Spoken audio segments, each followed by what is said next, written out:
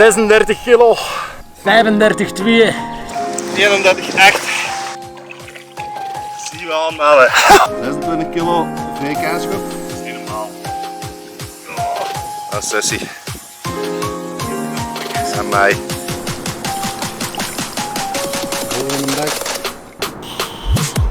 Halleluja.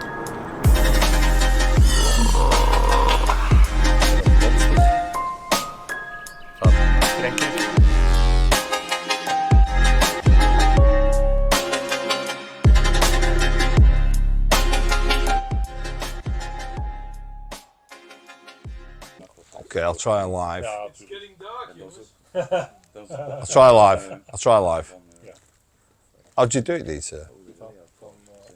How'd you get it onto live? I think.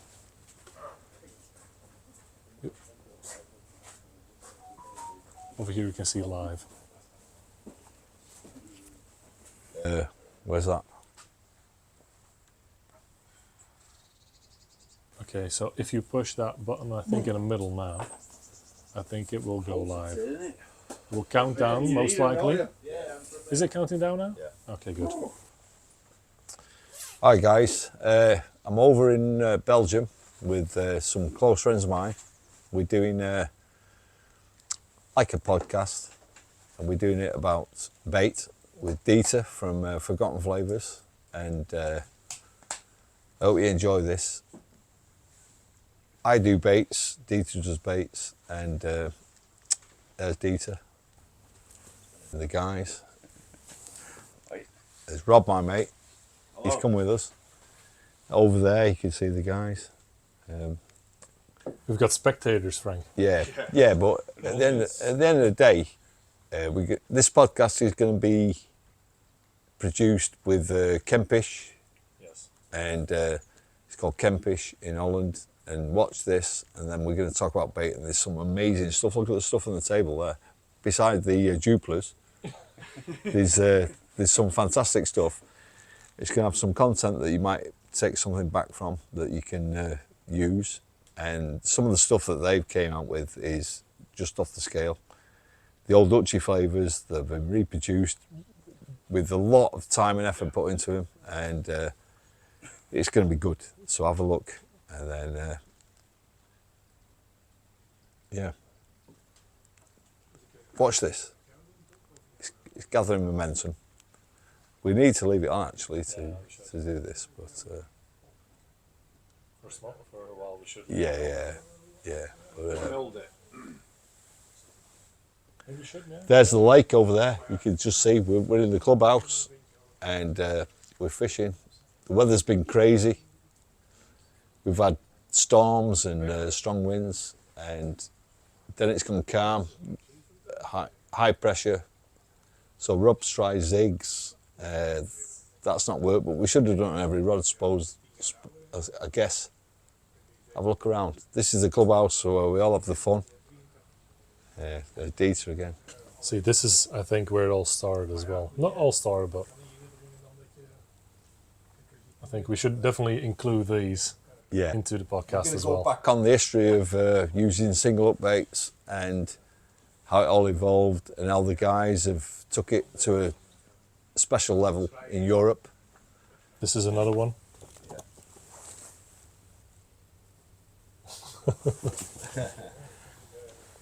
Got a few of the magazines that you used to write for. I mean, these are from the early 2000s, so that's the tip of the iceberg, really, isn't it? Yeah. There's John Van Eck over there, Archie's old mate. He's a very famous angler in the Benelux. And then my mate over there, he's had the best year ever. You want to see some of the fish he's caught. I was staggered when he was showing me some of the shots of what he's caught. Wow. Incredible. In fact, I'd like to show those later. We'll do another live, and then you can show some of the fish you've caught, and then the people in England will be, across Europe actually, on a world scale, they'll go absolutely fucking crazy, I reckon. Cheers. Excuse the language, but it does merit that, because they are the most amazing fish. So yeah, 2024 has been your year, hasn't it? Thank you. Yeah, great, cool, mate. Have a look at this as well. Into the old magazines. Here's my dad. She taught me everything, and then following, there's me as well in the youth category. Is that you? Yeah, that's me over here. Both of them, both. Oh yeah. With the grass carp as well. Shame, but oh well. Je moet het zien. Hier, deze twee foto's hier beneden. There's Hardy on the front cover. Ja. It's Godfather, that's my children. Jonge kop.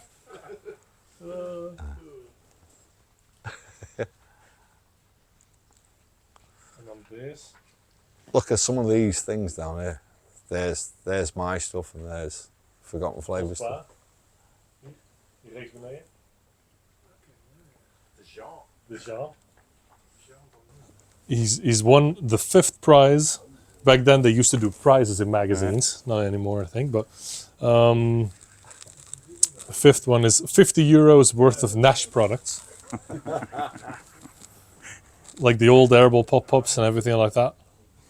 We used to use quite a lot of that, of the Nash bait back in the day, which we probably should talk about as well. Yeah. I've got a couple of questions ready.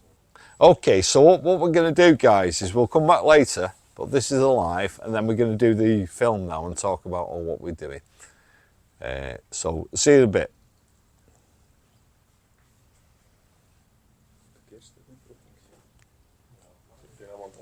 Right. I've never. That was a belting ending. So what we're going to do now, we're going to go live. We'll see you in a bit. Yeah. Oh, way to do it. Sorry, mate. Yeah, I'm not used to this sort of shit. No, Frank. Hey, Frank, it's great. It's I'm not used to it. Yeah. It's real, isn't it? Yeah. I'm not used to it. Fuck it. Well, that's it. It's natural. It's how it is. See you in a bit. Thanks for now. So, Dieter, episode number 4 Yes. of the Kempische Karper Klap. Yes. How did you manage to get this guest at the table, Dieter? How did you do that? I think it probably originates from many years ago. Many moons ago. Many moons ago. I think this also had something to do with that. I don't know if anyone can see that on the camera as well. But yeah, I think probably, how many years is it ago? Probably 20? Best part of 20 years, 20 more. years ago. Yeah. It was basically, for us at least in Belgium, the first sort of fluoro pop-ups that came out. If you know, off the shelf. And that was basically the only thing that we've used. And me and my dad, we went to the lake, obviously, and then we used them. But you know, as I was very young, I was always, when we went to carp shows, I was always pretty to myself, you know, I kept everything to myself and wasn't really outspoken because I don't know people like Frank, right? And then eventually, I think it's only been a few years now, Frank visited us at the carp show in Zwolle in the Bosch. So basically, that year was like a test year for us because we've never done a show before. And you know, Frank came up. It was basically just for us to test the waters a bit, to see if people would like the products, and also to gain contacts and everything else. Not really for the sales, but this one is just, you know. And then it's gone down, and we've been in good touch. Every time we call, it's always been for like 15 minutes, and then 2 hours later the phone cuts off. So My battery is dying. it's always like that. So no, it's been good. I think it's important to mention we did the Zutter show in the early days of Dynamite, and you said you were a young kid, weren't you? Yeah. You came over and you were struggling for pocket money, and I gave you some pots of the The WS show, Watersportcentrale show. That's the one you're talking about. Ruby Zutter. Yeah.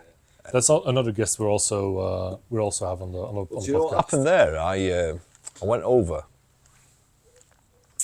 in the very early days, and no one in Europe really knew who the hell I was. They thought, who's this asshole? And I remember there was Luke Coppins and all the, I forget the names of the guys now, but they were some of the top guys in Belgium. And they were rehearsing, and they were very nervous because it's the first talk they'd ever done. And they were rehearsing word for word the talks. So they had the big screen. I thought, shit, I want to just put some slides together because it was slides in them days. I says, I want to do some slides, guys. And they went, oh, we need to rehearse our stuff. And basically I said, okay, I'm just going to cut some slides out of the strips, which is strange to people, the young guys that are watching this. But we used to send the photographs away, or not the photograph, the film, get it back a few weeks later, and then you get the slides and you're going, oh, I hope they're going to be good. So you never knew what you were getting, not like the digital cameras now where you get all the perfect images back and you can just delete everything you don't want. It was like a lucky dip, because you get a stranger having the camera or one of your mates and you're thinking, shit. Anyway, what happened was I'd get the slides. I was a maverick, me, very unusual sort of guy really. And I'd get the strips of film that I'd not even had a look at and go, oh, I like the look of that. And I was cutting them out with the scissors. And they were going, are you a psychopath? We're nervous as hell and you're just cutting slides out ready for the show. I said, that's the way I work.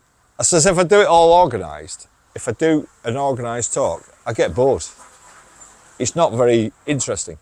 So I just choose the slides before I go on. They said, but surely you do it the day before. I said, no, I do it just before I go on. They went, oh, you're crazy. So I did nothing rehearsed. So them three guys went on and the auditorium was packed. It was packed. Everyone, because they're the flavour of the month, everyone was in there and it was packed. Then they announced that Warwick's on. I was with Gardner. Everyone just cleared out of the auditorium. Virtually everybody just left. Oh, it's an English guy, we're not interested in this. So I thought, oh, you bastards.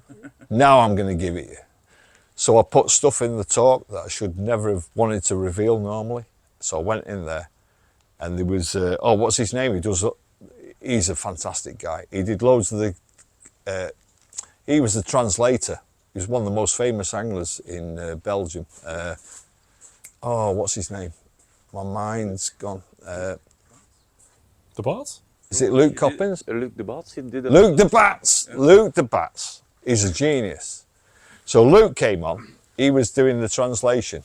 So I says, Luke, I'm going to give it him now. For those of you that have stayed, I'm going to let you have it. So I started. I was talking about using worms, mass baiting with worms. This was 20 years ago. You know, it's all the rage now, but in England. So I let him have it about the worms. I was talking about loads of different things. I was talking about zigs, adjustable zigs. You know, they became the vogue 10 years later, but I was using them in 1991. And I wrote an article for Carp World called Up Top, Down Below and Somewhere in Between.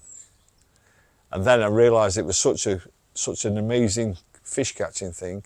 I decided to take it out of the magazine. And Tim was very angry with me. He says, oh, this is a fantastic article. I said, no, I don't want it in there. I changed my mind, I don't want it in. So we nearly fell out over it. Anyway, that's another story. But I mentioned it all in the talk. And all of a sudden, it was like there was some kind of amazing music going. And the word spread and all these people came and came and came. In the end, they were up all the aisles and they couldn't get through the doors. And I was supposed to have 1 hour. I went to 1 hour 40. And Luke says, mate, he said, I want to stop what I'm doing. He says, I've seen every talker. I've seen Uchi, I've seen Jim Gibbonson. He says, you've blown my mind a bit here. And Luke de Bats is a great angler. He says, shit, I want to almost stop and take notes of what you've said. In the interval, he said, Jesus Christ. He said, there's so much information crammed in here. He says, where the hell have you come from? And then they invited me. They had new speakers every year, and I got invited back for 4 years. And they never, ever did. They never repeated the speakers. So it Apart from you. Yeah. And it went from there. And I was very honoured to do that.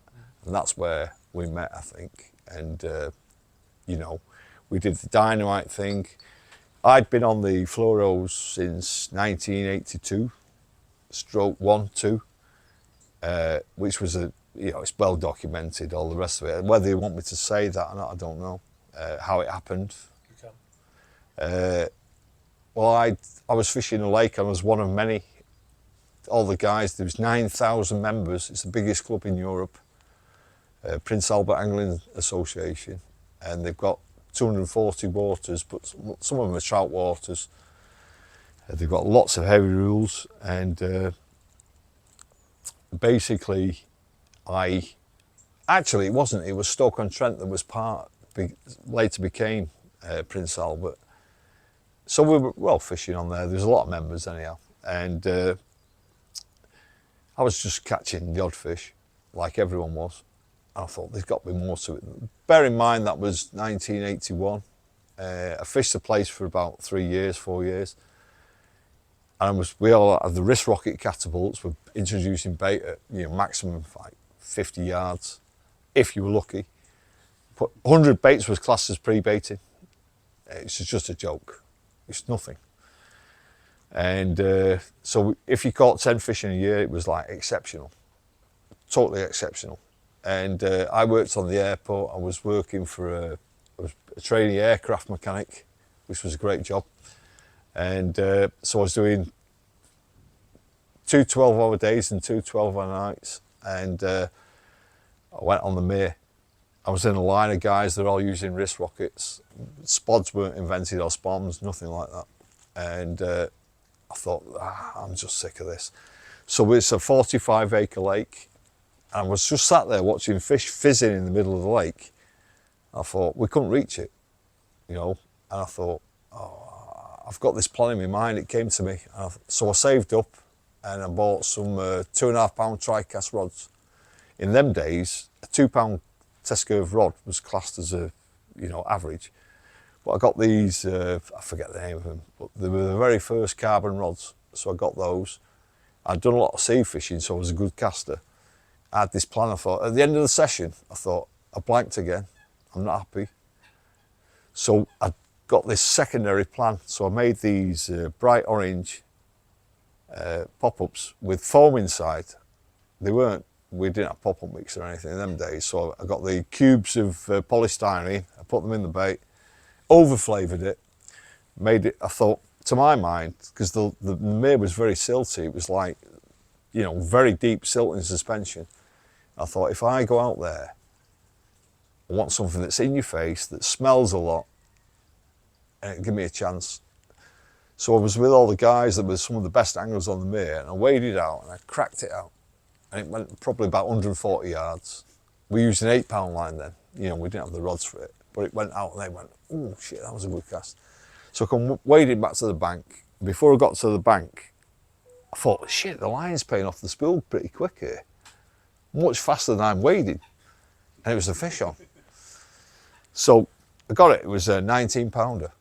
And there was the Tomlinson brothers that were very famous anglers later on, but they were good anglers, and Steve Cook, and there was all these luminaries at the time that were like, oh, that'll never happen again. So got it in, put one out again, it fell off, and then I caught 220s. I thought, shit, I've hit the jackpot here, I know what's going on. But what I did, I set it 6 inches off the bottom because I was bearing in mind the depth of the silt, which was unusual because now you would never dream of fishing a pop-up more than 3 inches off the bottom. You really wouldn't.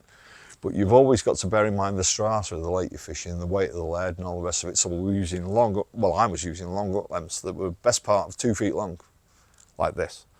And as it progressed, I went more, up to this much. And what I did, no one else had the rods to do it. So it became a regular theme. I never caught any fish at night because a single hook bait just didn't have the attraction at night, but there was a reason for it. When everyone's in bed, asleep, the fish come into the margins. So they left the sanctuary where they'd scoured the bottom, there was no food there, they'd had all the bloodworm and all the rest of it. So they'd come into the margin and feed, so your single hook bait was in the wrong place. And then as the day progressed, they'd back off and then it would start again. But the daytime bites were the predominant thing that happened. So you have to have a strategy. So single up baits have never been good in the dark, but the only game changer was when I started using white. Now, when I use white, let me explain what happened. I was working for Duncan Kay, and he had a bait factory. We had a mutual friend, and I was always out of work, I'll tell you straight. When the 16th of June was coming, I had the aircraft mechanic job, and I would have been a millionaire probably now. Big house, everything sorted. My life would have been brilliant. I don't give a shit about money. Fishing was everything to me, you know. I used to dream about fishing. Never had dreams about horny women and all that. It was all about fishing, you know, a complete anorak. So I did all this sort of, my whole life was absorbed with fishing. And when I was at work, all I could think about was going fishing. And so what happened was, I needed money to survive. So Paul Nichols, my mate, said, would you like to go working with Duncan Kay? So I thought, oh yeah. So I went working with Duncan, and I was quite, like my mate Rob that sat with us now, very particular about everything I did. Everything had to be precise. I've always been a bit of a detail person.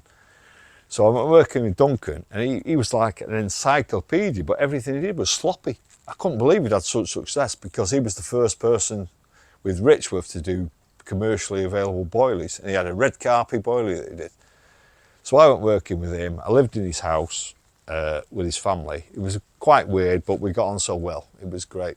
And he was a mad bastard, basically. And we'd have a bottle of Jameson's whiskey in the morning before we went to work. That's where my love of whiskey probably came from. So we'd set off. He was driving to work as well, I might add, which isn't illegal now. Not legal. So we'd go to work, get in the unit. He'd got all the gear to do all the best baits in the world. But in them days, you've got to remember that nobody knew about buying ready-made baits. So we were buying all the separate ingredients.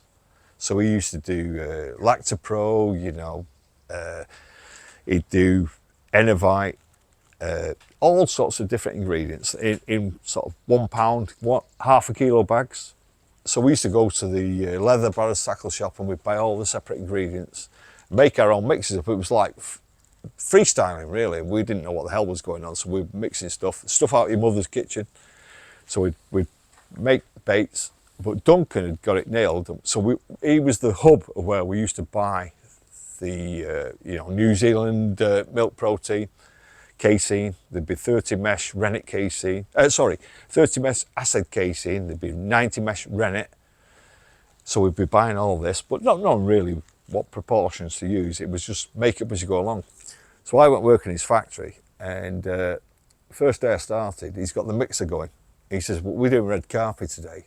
And what amazed me was he didn't have any eggs in the mix. That was the first shocker.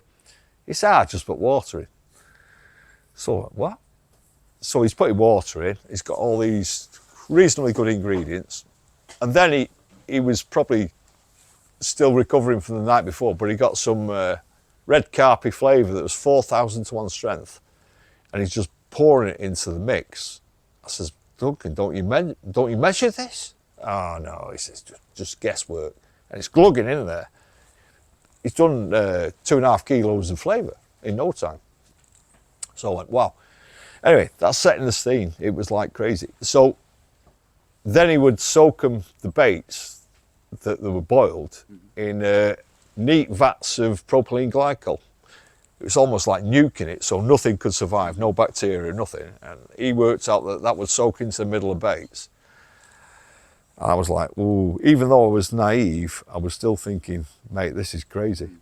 But he had so much good stuff. So I says, Duncan, I really don't want to use what you're doing because it's not precise enough. Can I make my own base mix, my own stuff? He says, yeah, feel free. So I was making tons of base mix. And he says, is there anything you want to make the baits? And I said, yeah, I want a fluorescent white dye. He went, what? This is ridiculous. I says, I want a day glow pink. So he sent to a German company, and he had all the contacts. He says, why do you want that? I says, because when a white bait, well, when you put normal, any colour bait in or food, it always goes pale. So I want something that looks like it's been in there a while, so it looks good for the single hook bait. And I think white will stand out more than anything else. So eventually it came, it was titanium dioxide. So I made these baits, and Doug went, wow. He says, they're crazy. He says, I don't think they'll ever sell.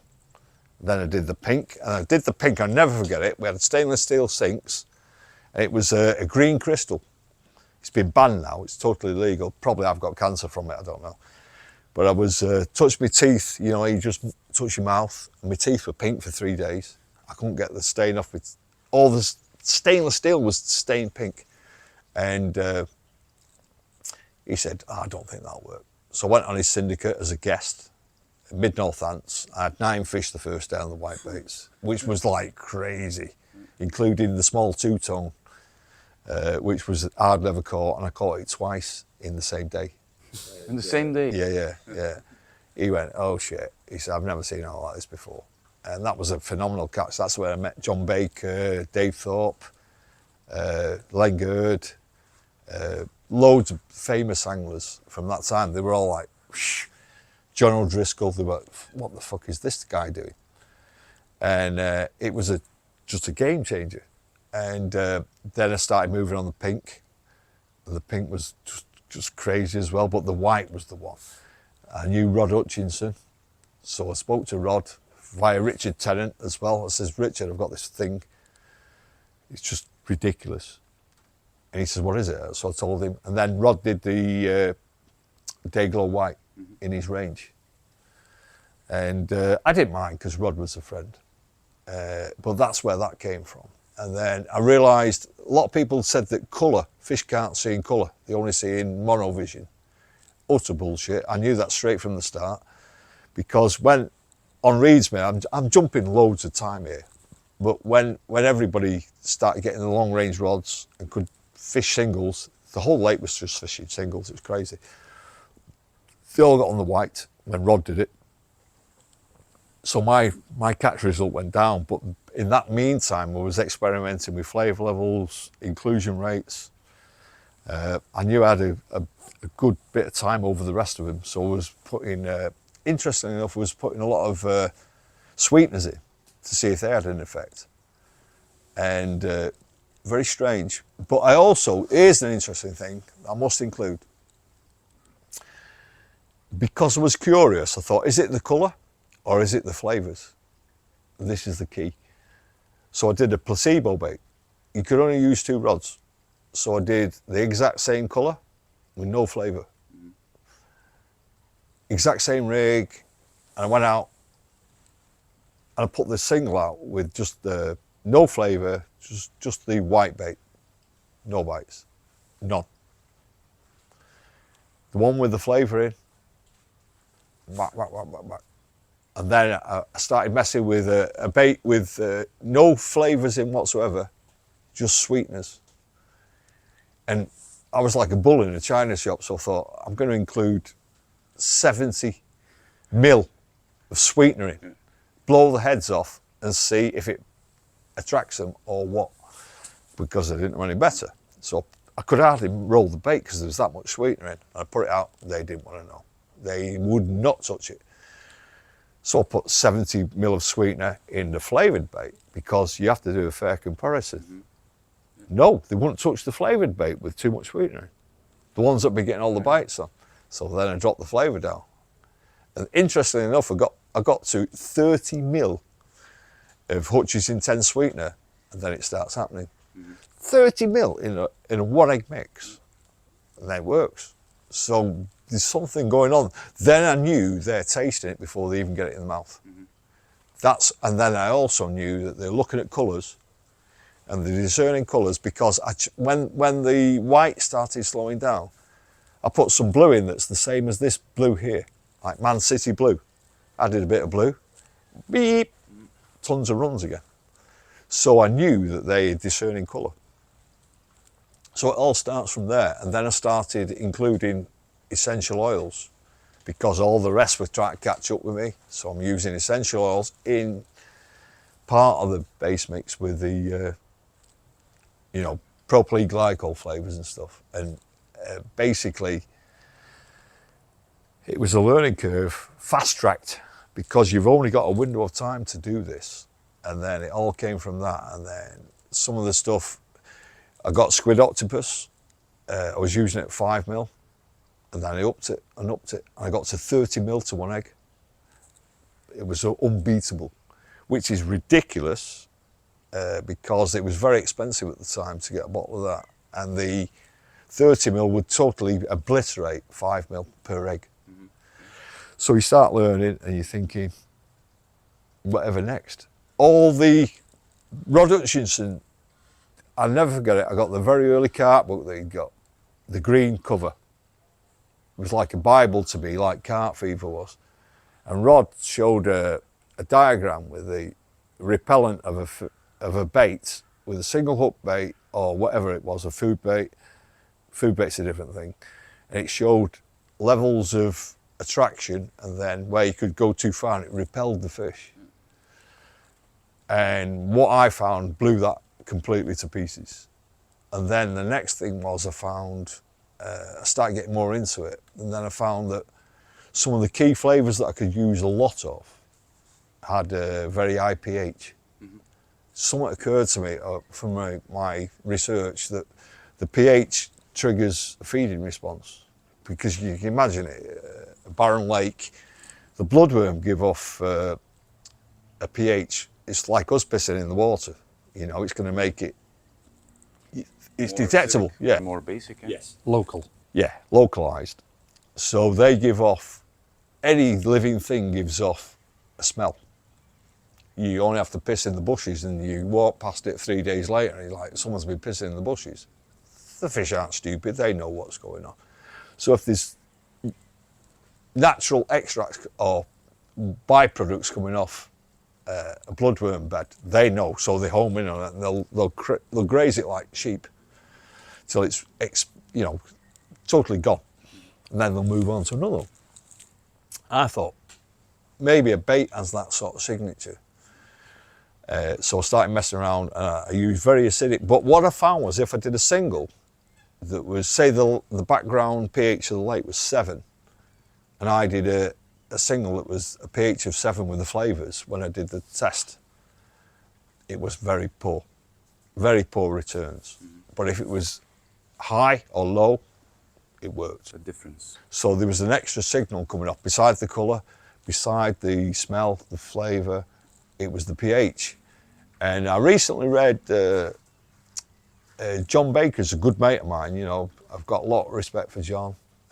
He does great flavours, long time angler, and he completely kiboshed the fact that carp can detect. He says whoever came up with it, well, I think it was aimed at me. He said whoever came up with this thing that carp can detect a change in pH, he's talking out their arse. And so I wasn't that happy with that. I'm prepared to be wrong. You know, I'm not one of them guys that's up my own arse, that's full of my own, thinks everything I say is correct. But I did have to disagree with that, because I felt like that it's a natural, they've evolved over millions of years. They're going to obviously have every instinct, like a sense of smell. That's the carp's sense of smell, by the way, their olfactory system is 110,000 times, well, it's 110,000 parts in a million, and we can detect 10. So theirs is 11 times more, 10 times more. So, you know, you can get a blind carp that can find bait in all kinds of conditions. A human couldn't do that. Obviously, we're in the liquid gas in water. So I know that their senses are super senses, as is their eyesight. Yeah, well, that's what amazes me a little bit. And if I'm listening correctly, you're appealing to all their senses. Yeah, of course you are. And then working your way quite pragmatically, reducing the amount of sweeteners, experimenting with the flavors. changing some factors, but progressing toward a balance. So you're triggering all the senses, but balancing all those triggers. Yeah. Well, I think that it's like you get a guy that said, "Oh, I'm all about the bait. Rigs don't matter." That's a stupid man. In my opinion. I mean, you know, you get a lot of people on here, they might say different, but I think it's ridiculous. You want the best of everything. You want the best line lay, you want the best presentation, just the right amount of feed, and the regular amount of feed. It's fine-tuning everything. And anyone that disagrees with that is stupid, in my opinion, because if you want to make the best of your fishing, you fine-tune every aspect of your fishing. You know, I'll give an example. Let's talk about this surf lake here, for example. I came many years ago, 25 years ago, with Langard, and we were making a film. And one of the things that occurred to me was when you find, you can take something for granted. Some people use echo sounders with fish symbols on to find the fish. So typically they would arrive at midday, dinner time. They never arrive in the middle of the night, never ever, or very rarely. So what they'll do is they'll go, okay, let's find some spots. So they go out and they use the topography to find the best features. But a lot of people like to see a few fish symbols. So they put the fish finder on, they go out, and then you find the fish in the day. You go, oh, they're here. Come on, let's get some baiting, some rigs. That might be a resting place for the fish. It's not that's not necessarily the feeding time. So what you do is, when you first arrive at water, you go round and speak to some of the guys, if you can, if there's people on there, and you go, when have the fish been coming out? Oh, at night. Okay, that's a different game, because where fish are found in the day may be a resting place. They go to have a sanctuary, or like Redesmere, in the middle of the lake at night, in the margins in the day. In the night. Sorry, yeah, reverse. So they're out in the sanctuary area in the day, and at night when it's quiet, they'll come in and feed. So that's a big feeding zone. That's why I never caught any fish on the singles out in the middle, where it was a nailed on guaranteed in daytime, the sanctuary, and then they come out of the sanctuary and feed. So fish don't like sunlight in their eyes. They haven't got eyelids, so they rest under pads, they rest under trees, they might go in weed beds, not to feed, just to rest. If it's deeper water, okay, the sunlight doesn't affect them. So basically, if you go on the water and they're all catching at night, and you find the day spot where the fish are, it's not necessarily a feeding spot. So I showed Len, I says, Len, I'm going to take to a spot, I put a marker out in the middle of the lake on a feature. It was barren, there was no fish symbols, no nothing. I never put any bait in. And I says, right, we're going to go out at 1 o'clock in the morning when the bites were coming further out. So we went out at 1 o'clock in the morning, and it was alive. So I dropped a cannonball in, which was, just for reference, it was a giant method ball. This is a beauty if you've never tried it. What you do, if you're in deep water in particular, or anywhere where you're struggling, this is a nailed on guaranteed bite. Tigers work everywhere. Let's not talk about our special baits, not an advert for that. This is fishing for the people. So tigers work on every water in the world. So I got a single big tiger on the rig. I made a method ball that was probably like a cannonball with pellet, 4mm pellet. I prepared it, and then I put 20 tiger nuts in it, and I packed it round a lead with the bait in the middle. We went over to the spot where there had been no fish in the day, but at night it was singing. And I dropped it in, and it went down. This big plume of bubbles come up. Got back to the bank, it was about an hour later, a big fish. He went, wow. And I said, that's the difference. If I'd have done that in the day, they're not there. It wasn't the feeding spot in the day. So I think a big thing is about timing and realising that fish are not always in the feeding spot in the day when you find them, which is a good thing for singles. Getting back to the single thing, you might have the, you know, we do all these specialist hook baits that are fantastic hook baits that'll catch fish, but you've got to use them with consideration. That's the big thing. So I want everyone that's watching this to realise that time and a place. So use it as part of your armoury, not all of it. So me and Dieter, for example, we're doing these hook baits that have a lot of thought and ingenuity gone into them. It's not the entire package. There's a time and a place for these. So if you want to do it and make the best of them, you've got to use them specifically and work out the times and the places where it's the best to use them. You know, it's part of your arm. It's like a golf player. He doesn't turn up with one golf club in his bag. He has 7. So you have to work out strategically. These are part of my arm. I've always got them with me. You need to know when, where. Exactly. That's exact. You were reading my mind, because I was thinking you're answering all of the basic questions. Yeah? What, when, where, how, and why. Yeah. Do you agree if I say that most anglers get caught up in just answering 1 or 2 of those basic questions, and that's where you can make a difference? Yes. Question mark. Yes. Yeah. Because I think if you think that one bait's going to be the answer to everything, it's ridiculous. I mean, one of the things that always kills me is someone gets with a bait company. They might be with, you know, Sicky baits, mainline, anything. They do great baits. Of course they do. They catch tons of fish. It'd be almost like a badge of honour. You wear the shirt, and I'm a member of that club. But you've actually closed yourself off, because all the ingenuity or the freedom of choice becomes funneled down into that one bait company. I've never been like that. If I see something that someone's doing that's like, I think, that's fabulous, I'm on it. You'd be stupid not to, because most of us work, and working 9 to 5, the fishing's your special time.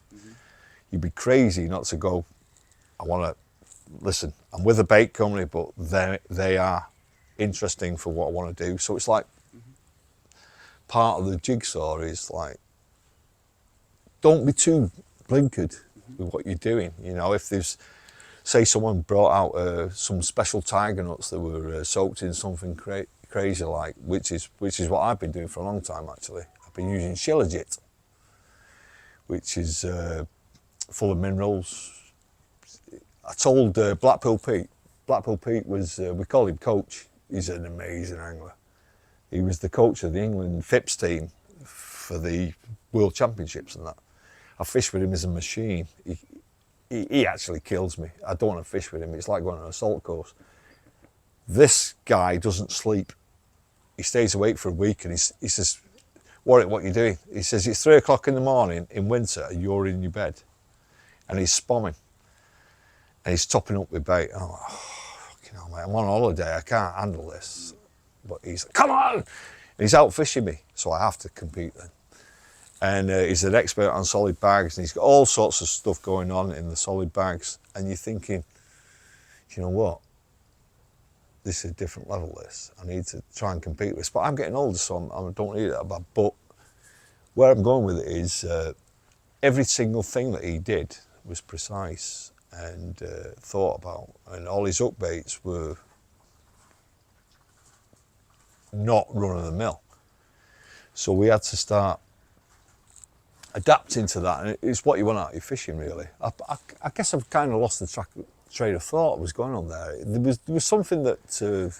It's about answering all those questions, and how the basic questions: what, where, how, when, why, and then we got into because we were talking about hook baits. Yeah. And we were progressing on the fact that you have to pay attention to every little detail, and that not everything works everywhere, anytime.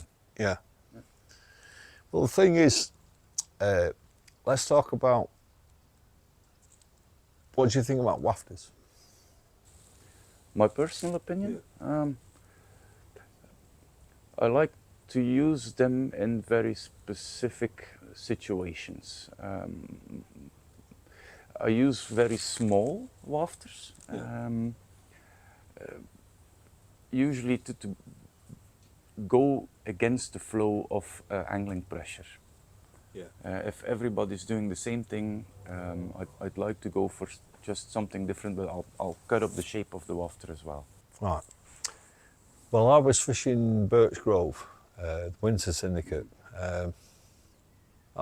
20 odd years ago. And you could only fish from November to the 1st of April. And there was 2 rotors with 4 people on each rotor. And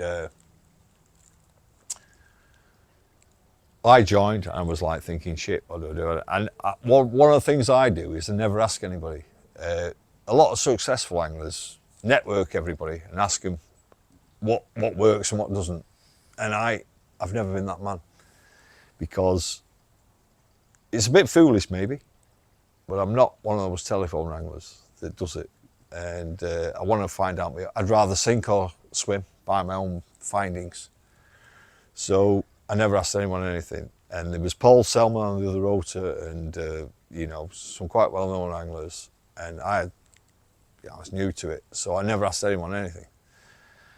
So I went on and I realised that Selman was using Premier baits, and he was filling it in with all his luminaries. They were on the same rotor, so they were using food bait and filling it in. I thought, is that the way to go? Then I looked at the catch returns, because there was a log and they caught nothing. And I went on like you would, I got in on it changed rotor my first week on a Saturday. So I went down and there was just tufted and coots diving till Wednesday. I thought, I'm going to do a whole week, you know, like you chomping at the bit like a madman. And I thought, shit, they were all over diving. I thought, fucking hell, there must be so much bait out there, it's crazy. So I'm a single hook bait man at the time in the winter. So I worked it all out. So I tried bags, single hook baits, but guess what? I tried pop-ups, and then I was doing baited areas, tried the naturals, sweet corn, all sorts. Various tigers were banned, nothing. So went down next time and I had a good old think about it, you know, like you do. I thought, 3 rods, different thing every time. And then I put a fast sinking wafter on. Same flavour as the pop-ups. One of my go-tos. Bang, bang, it started. So I found it. So I ended up with 54 fish. And the other rotor, best I had was 13 in a day. And the other rotor caught 4 fish all winter, fishing over food, yeah. But guess what? If I put a pop-up with the same flavour on, exact everything, it was Sublime by Uchi. Sublime flavour, the original one. It's like a grapefruit flavour. Don't know what it was, but if I did it, popped up just 1 inch off the bottom on a long shank or fast sinking wafter, I could not, if my life depended on it, get a bite on a pop-up. So it was one of 2 things.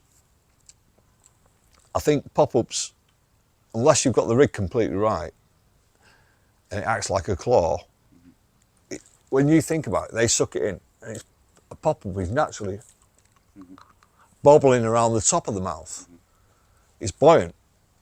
The hook's not in contact with the bottom of the mouth, the floor of the mouth. Even when they close the mouth, they might close it momentarily as they're tasting it. But the essence of a buoyant bait is it wants to spit it out. So this isn't good for selling pop-ups, by the way, Dieter, but this is how it is. So a pop-up's easier to eject. So I did almost like a bottom bait wafter, and then bang, bang, bang, bang, bang. It just like I had all the big fish in it. Ian Poole came on there. He was a quite well-known English angler, and he thought he got in the syndicate. And someone actually, unfortunately, died, so he got a place. And he turned up. He was quite a well-known angler. He knew what he was doing. He was Richworth, and he's using pop-ups. So I let him roast for about 6 weeks. and he had nothing. And he was doing 7 days a week. And I thought, shit, this is a guy that thinks he's the bollocks and he's catching nothing. I let him roast, and then I felt sorry for him. And he was laid back in his car with the rods out. He was a big old guy, you know. I said, Pooley, and he went, "Ooh." I says, I'm going to tell you something. I says, you've got it all wrong. I says, you need to use fast sinking wafters. So we went to Bob Baker at Redesmere, and he got the exact same baits done, fast sinking wafters. First session, fish, fish, fish. He's catching fish. Guess what he did? Carp Talk magazine. He had a column in there. He wrote how he broke the code. He never mentioned me. Yeah. So that is important to remember, that you have to be versatile. So not only do you need to buy the pop-ups. Pop-ups work on most waters, okay, because they present over crap, and you know they're always fishing. So let's not forget that millions of fish caught on pop-ups. But if you don't buy wafters and include wafters in your strategy, you're missing a trick. So that's all I'm saying about that. And but there's so much more to include. But yeah, I think as well, if you start with, as you say, the pop-ups, they will get ejected because the pop-ups are obviously buoyant, and the hook doesn't really fall in the bottom of the lip. But I've had this experience myself. Okay, so a couple of years ago I was in the canal, and I could see fish coming from the other side of the canal, and I was just fishing singles. Basically hunting for fish, which isn't ideal. And I could see them coming in, go down, I took it, and it was on a sharpened hook, everything you wanted. But this is the key thing, it was balanced, so it went down like this, very slowly, so it moved around. so there's no lead surface. No, there's no weights, basically. It was on a hinge. Okay, so the fish comes in, sucks it up, and immediately spats it out. This happened twice. Okay, so we had a discussion about it, and me and Raf had a discussion about it, and he said, go back to overloading it. Which I was... That's where I was going to go on to. Exactly. I'm glad you've come up with this. Which that was the next step. I was doing many years ago on a withy pool rig, right? With a blubber putty, half a ton. And so I mean, the next time. It's all about resistance. Yeah, but we basically make this sort of a quick change hinge rig, which is made up of a small swivel, which you can clip the chod rig on. But both ends are weighted. So with tungsten, with extra tungsten. Yeah. Now you're talking. So, and I've never seen it happen again. Right. There's something for people to take back, because it wasn't my idea. I've seen it in Belgium with the guys, Johnny Kyers, when we were over in Ghost Park. They had a towel over the rigs, and they had big baits on that. But even with two 24 millers, they got a 30 gram PB products weight, which is big. None of the English would ever use that. And it was like, straight away, obviously I've been messing with it, because I used something that I was talking to my mate Rob about, which is a loaded necklace. That's another story. But I have shots going from small to big down my hook length. So it's a gradual loading. They pick it up and it's like, oh shit, it's almost getting worse before they hit the lead. This is the first chain of events, which is what you're talking about. Because everyone, it's like all or nothing. You might have a 5 ounce lead, a 6 ounce lead, whatever, but you've got that hook length that they can mess with. So it all has to be in the business end. But then the main mental thing is what the bottom situation's like. But that 30 gram or whatever it was, 7 gram. I'm getting carried away here. We don't work in grams in England, so it's like the ones that are like that. Yes, the big ones. Yeah. So you put that in place, and then as soon as they lift in, oh shit, it's dragging it in, and they're not used to it. then it's the chain reaction, they panic and then hit the lead. So 30 grams is a bit over the top, it's an ounce that. So no, it's 7 grams and I've gone up to 15 grams, I think. Heavy as hell, but that doesn't cast, that's a pig to cast. When you guys are using boats, that's one thing, but when you cast it, it's like a bolus, so you've got to be very careful with that. So I must quantify that for the English people that are watching this. If you've got them leads on like that, you have to be a little bit careful.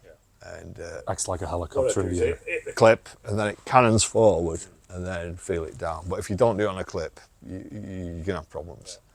So yeah, I do agree with that. But Dave, can I just have a pee break? Of course. Does that matter? Thank you. Because I can't just carry on. I need a slash. We always ask the last guest of the podcast to write a message. This was used to use as an introduction. Yeah. We should have used it as the introduction. Yeah. Yeah, but No, it's fine. I asked John if he wanted to read it himself, but I think he's a bit too shy for that. He's a shy guy. But nonetheless, introverted people, or more or less introverted people without judging, do tend to go a little bit deeper. So this is what he wanted to say. Hello, Frank. It is with honor and great pleasure I have been given the opportunity to introduce you as the next participant for the Kempische Karper Klap podcast. They truly have selected a special, through and through long-time carp angler for this episode. I, for one, are thankful for you partaking. Northern-based big fish angler, and that is saying something, because most big carp lived in the south in the old days. Very quick to pioneer and enjoy the continental carp angling as well, and your immense, innovative carp brain makes you, for me, one of the all-time top anglers ever. But above all, the times we have met, we always had a good time. Certainly a bigger-than-life attitude and a great storyteller.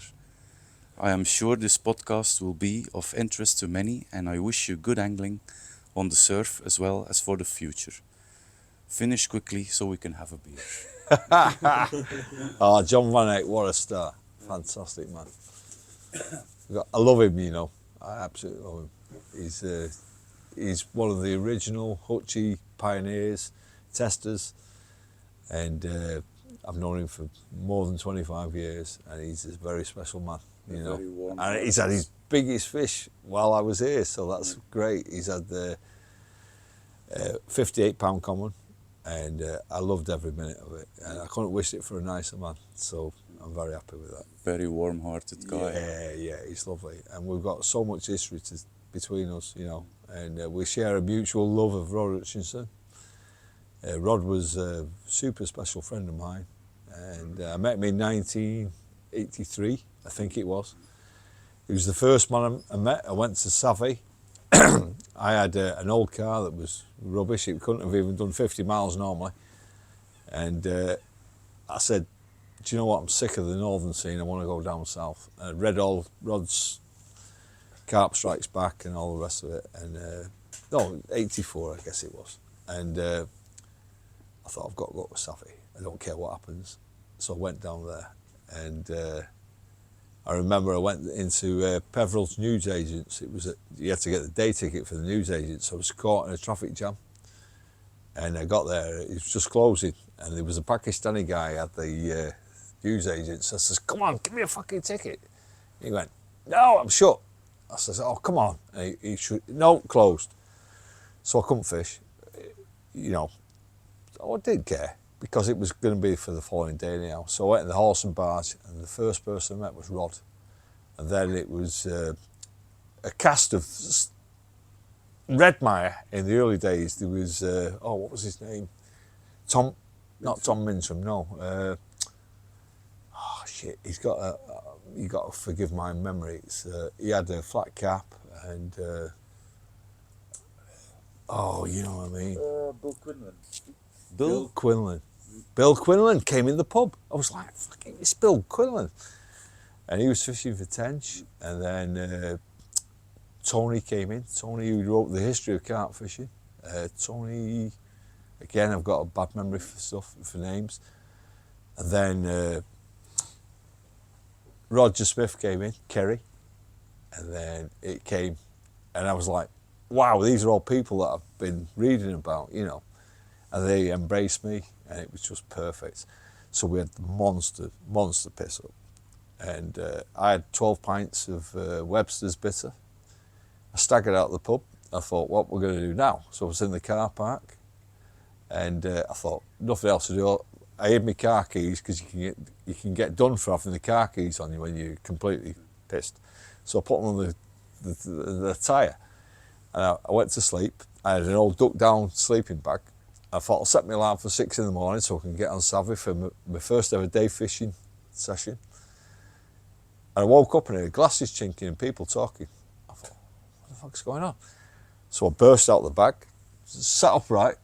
I was covered in feathers because it had a leak in this duck down sleeping bag. So I had the old Kevin Keegan perm at the time. I sat up and they were all laughing. And it was 1 o'clock in the afternoon. So I'm in the middle of the car park on a sleeping bag, on a bed chair, and they're all having, you know, dinner. So that was how it all began. And then I got to know, you know, Lockie and everybody, and it was just fantastic. And guess what? I took the singles there, and they'd never seen him before. And I'll never forget Roger Smith.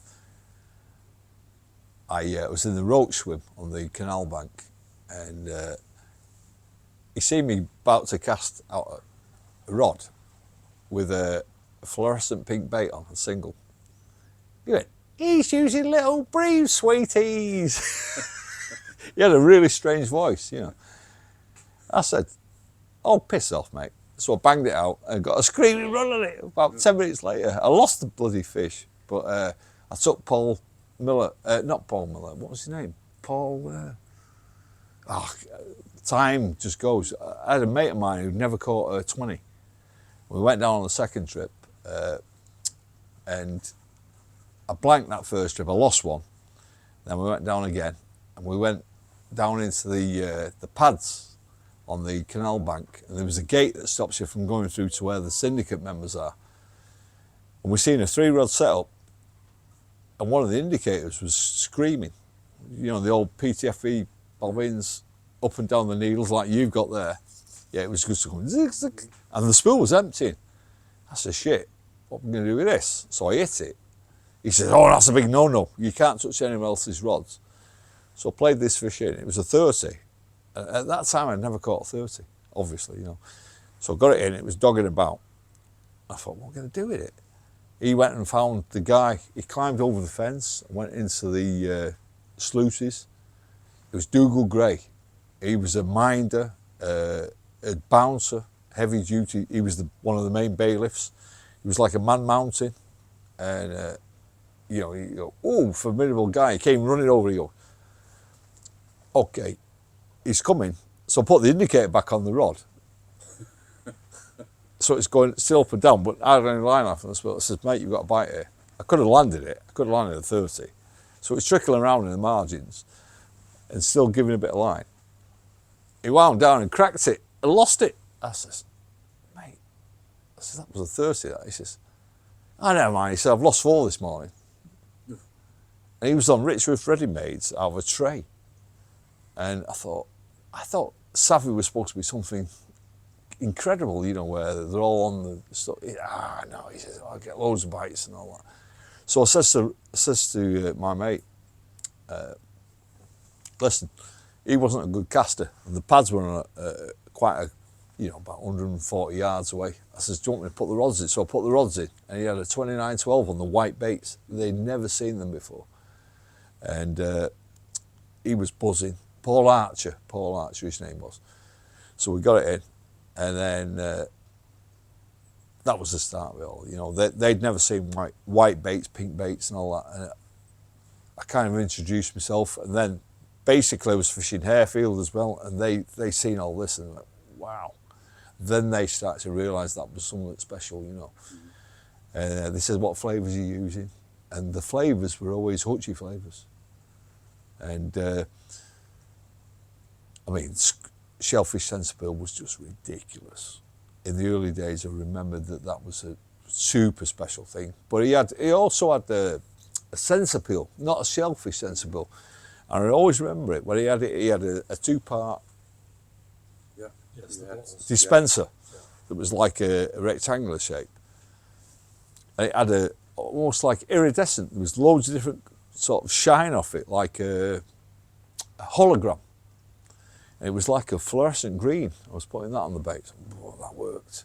And then we became big disciples of Rod because I was reading, already was, but I was reading about some of the stuff that Rod was doing. And call me old-fashioned, there was only two people that made flavours that resonated with me, that I tested, that were special. And that was Jeff Kemp and Rod Hutchinson. I tried all the different other things that were copiers, followers. Nothing was as good as those. And the thing that I always remember was Rod Hutchinson flavours were so strong. They didn't wash out the baits. I don't know if you... Yeah. And, you know, if you found that since. And then Rod got with Kevin Nash.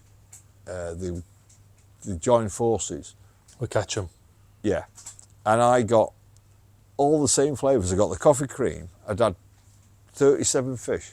There's coffee cream on the table. Yeah, yeah. Did you hear something as well? I heard. I'd got coffee cream, and listen to this. This is dead interesting. I did a talk in 1982. It's the first talk I'd ever done, so I was quite nervous, you know. Sale Rugby Club, and Rod was there. I was like, he was like a god to us. I mean, you can't even imagine how big the influence was of this guy. And he was so down to earth. And he was with Keith O'Connor, who had met on Savvy. I knew them from Savvy. I said, guys, if I was to put a revolver to your head and say, if you had one flavour only, to save your life, if you didn't catch a fish that was going to blow your head off, what would you have?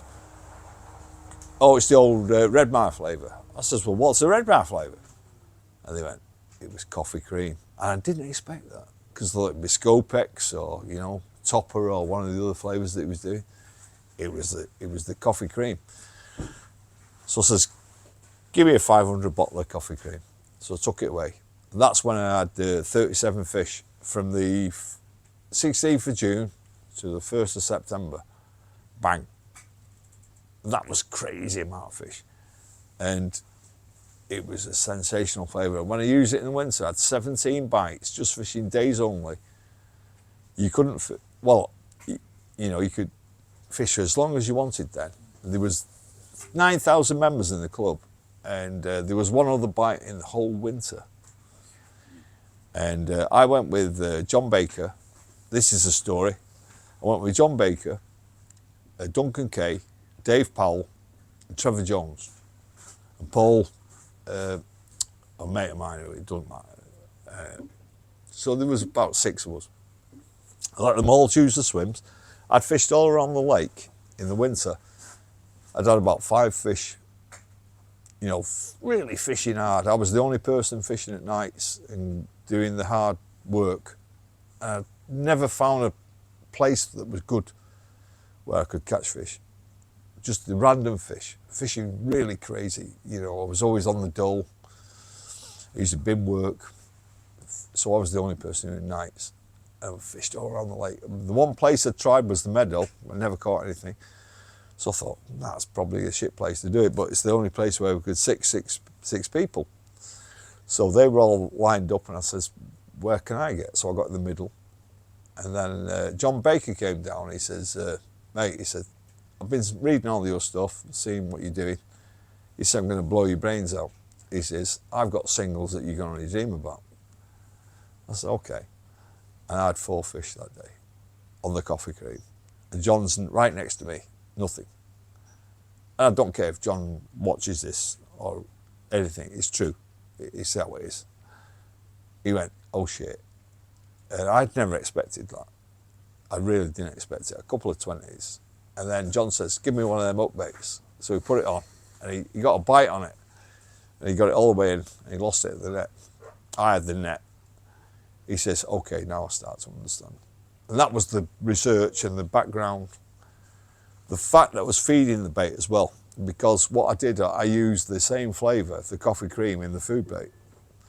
So what I did was, in the day, I was fishing at long range with the singles, but I knew when it started to die down, I knew that I had to complement that by giving them something back. Because if you expect a single to go forever, it's not going to do it. So you have to give them something back. So what I was doing was, we didn't have spods or anything. I was doing the rudimentary ones, but I was using it's a crazy story. I was using a sea fishing rod. We didn't have spod rods in them days. So I had a sea fishing rod with a snap link. I was making nylon loops of 15-pound nylon and getting a Black & Decker and drilling through all the freebies and then putting them on over the loop, threading them up with a baiting needle, and then putting an Alka-Seltzer, casting it out in the lake, waiting for the Alka-Seltzer to melt, and then striking it back. And I did it hundreds of times with I had strings of baits with Alka-Seltzers on in the bivvy. It was like grapes, bunches of grapes. So I was doing that, and this is before spods. And we had some of the stuff that was inadequate. So doing that, and then striking it off. So I had baited area, about 70 yards out. Then that started working. So I would fish on the bait in the night as the fish came close, and then the singles in the day. So they were used to eating the food with the same flavour. Much lower levels in the food bait, of course. You cannot expect them to eat food that's loaded with those kind of inclusion rates, as we know, or as we think we know. There's a tipping point. It's like if you get you go for an Indian food, and it's very strong, and then if someone does something too much, you go, oh, I can't handle this. If you overdo it, it's going to burn them. It's going to upset them. They're not evolved to do this. So basically, I worked out very quickly that the food, if you match the pH of the food at 7 to the lake, if the lake was 7 and you did it neutral, the fish could go crazy and eat everything. So when you're making a food bait, if you match the food bait to the pH of the water, so it's neutral, perfect. That's the key to it all. If you do the singles over the top or as a single, that's a different thing. They have a signal. When you're fishing those over the food, the food has to be, if you balance the food to the lake's background pH, it's considered almost like natural food, and that would work. But if you did it very alkaline, I did it with squid octopus, I thought, do you know what? Why don't I just try the whole baited area? With super strong levels, because it's getting the bites on the single. Let's just freelance and do what I think. I did it. Forget it. You could not buy a bite. This is in the early days. So that's very interesting, because you think, I'm attracting a fish to a single up bait, but when you do it with all the food, you think, yeah, maybe it's not going to make much difference to get washed out in them, over a period of time. No, didn't want to know, which is an important thing. And then I tried it with no flavour, and it wasn't as good as when you get the levels perfect. And typically to a kilo of base mix, it would be 3 to 10 mil of flavour is enough. And anything over that, you didn't need it. In fact, you could just leave it with provided you had a certain amount of ingredients in. The ingredients that I used to use with a very basic base mix with the fish meals was garam masala, turmeric, and I'm probably saying a bit too much here, but garam masala and turmeric were very, very good inclusions, and anything other than that you didn't need it. But go on. No, just I was just wondering if I would put a lot of bottles on the table, I suddenly saw a move from all these bait boosters you can buy. I saw them moving all the way to the other end of the table, fish singles. They're more on the singles side than they are on the food bait side. Is that correct? Yeah. Because if you do a neutral pH on the bait and you've got a load of food there, it's like a cherry on the cake. And sometimes we've seen it on the underwater films. They'll come in, they'll be picking on the odd thing, and then the bright thing over the top seems to attract them. And it's not always the case, you know, sometimes it's an absolute food, like, you know, copy of what you're using works. And that's why I use, when I've got 3 rods on, I never want to just use the same thing on every rod, because you never know. So I use a placebo bait that's the same as the freebies, because you never know. And the one thing I have learned is that if you do the same thing on every rod, you're not learning anything. And here's another thing. I time the rods. This is an interesting one as well. Huh? Yeah. Most guys, when they're fishing a lake, like I said about going out in the echo zone at 1 o'clock in the morning, if you think the feeding at 1 o'clock in the morning, you go out at 1 o'clock in the morning, and then place your rods at 1 in the morning. 5 in the morning, whatever you find is the feeding time, that's the best time to find where the fish are feeding. If you're using a boat or whatever, casting. So, if you actually want to get the best of what you're doing, there's so many elements to it. So I thought, do you know what?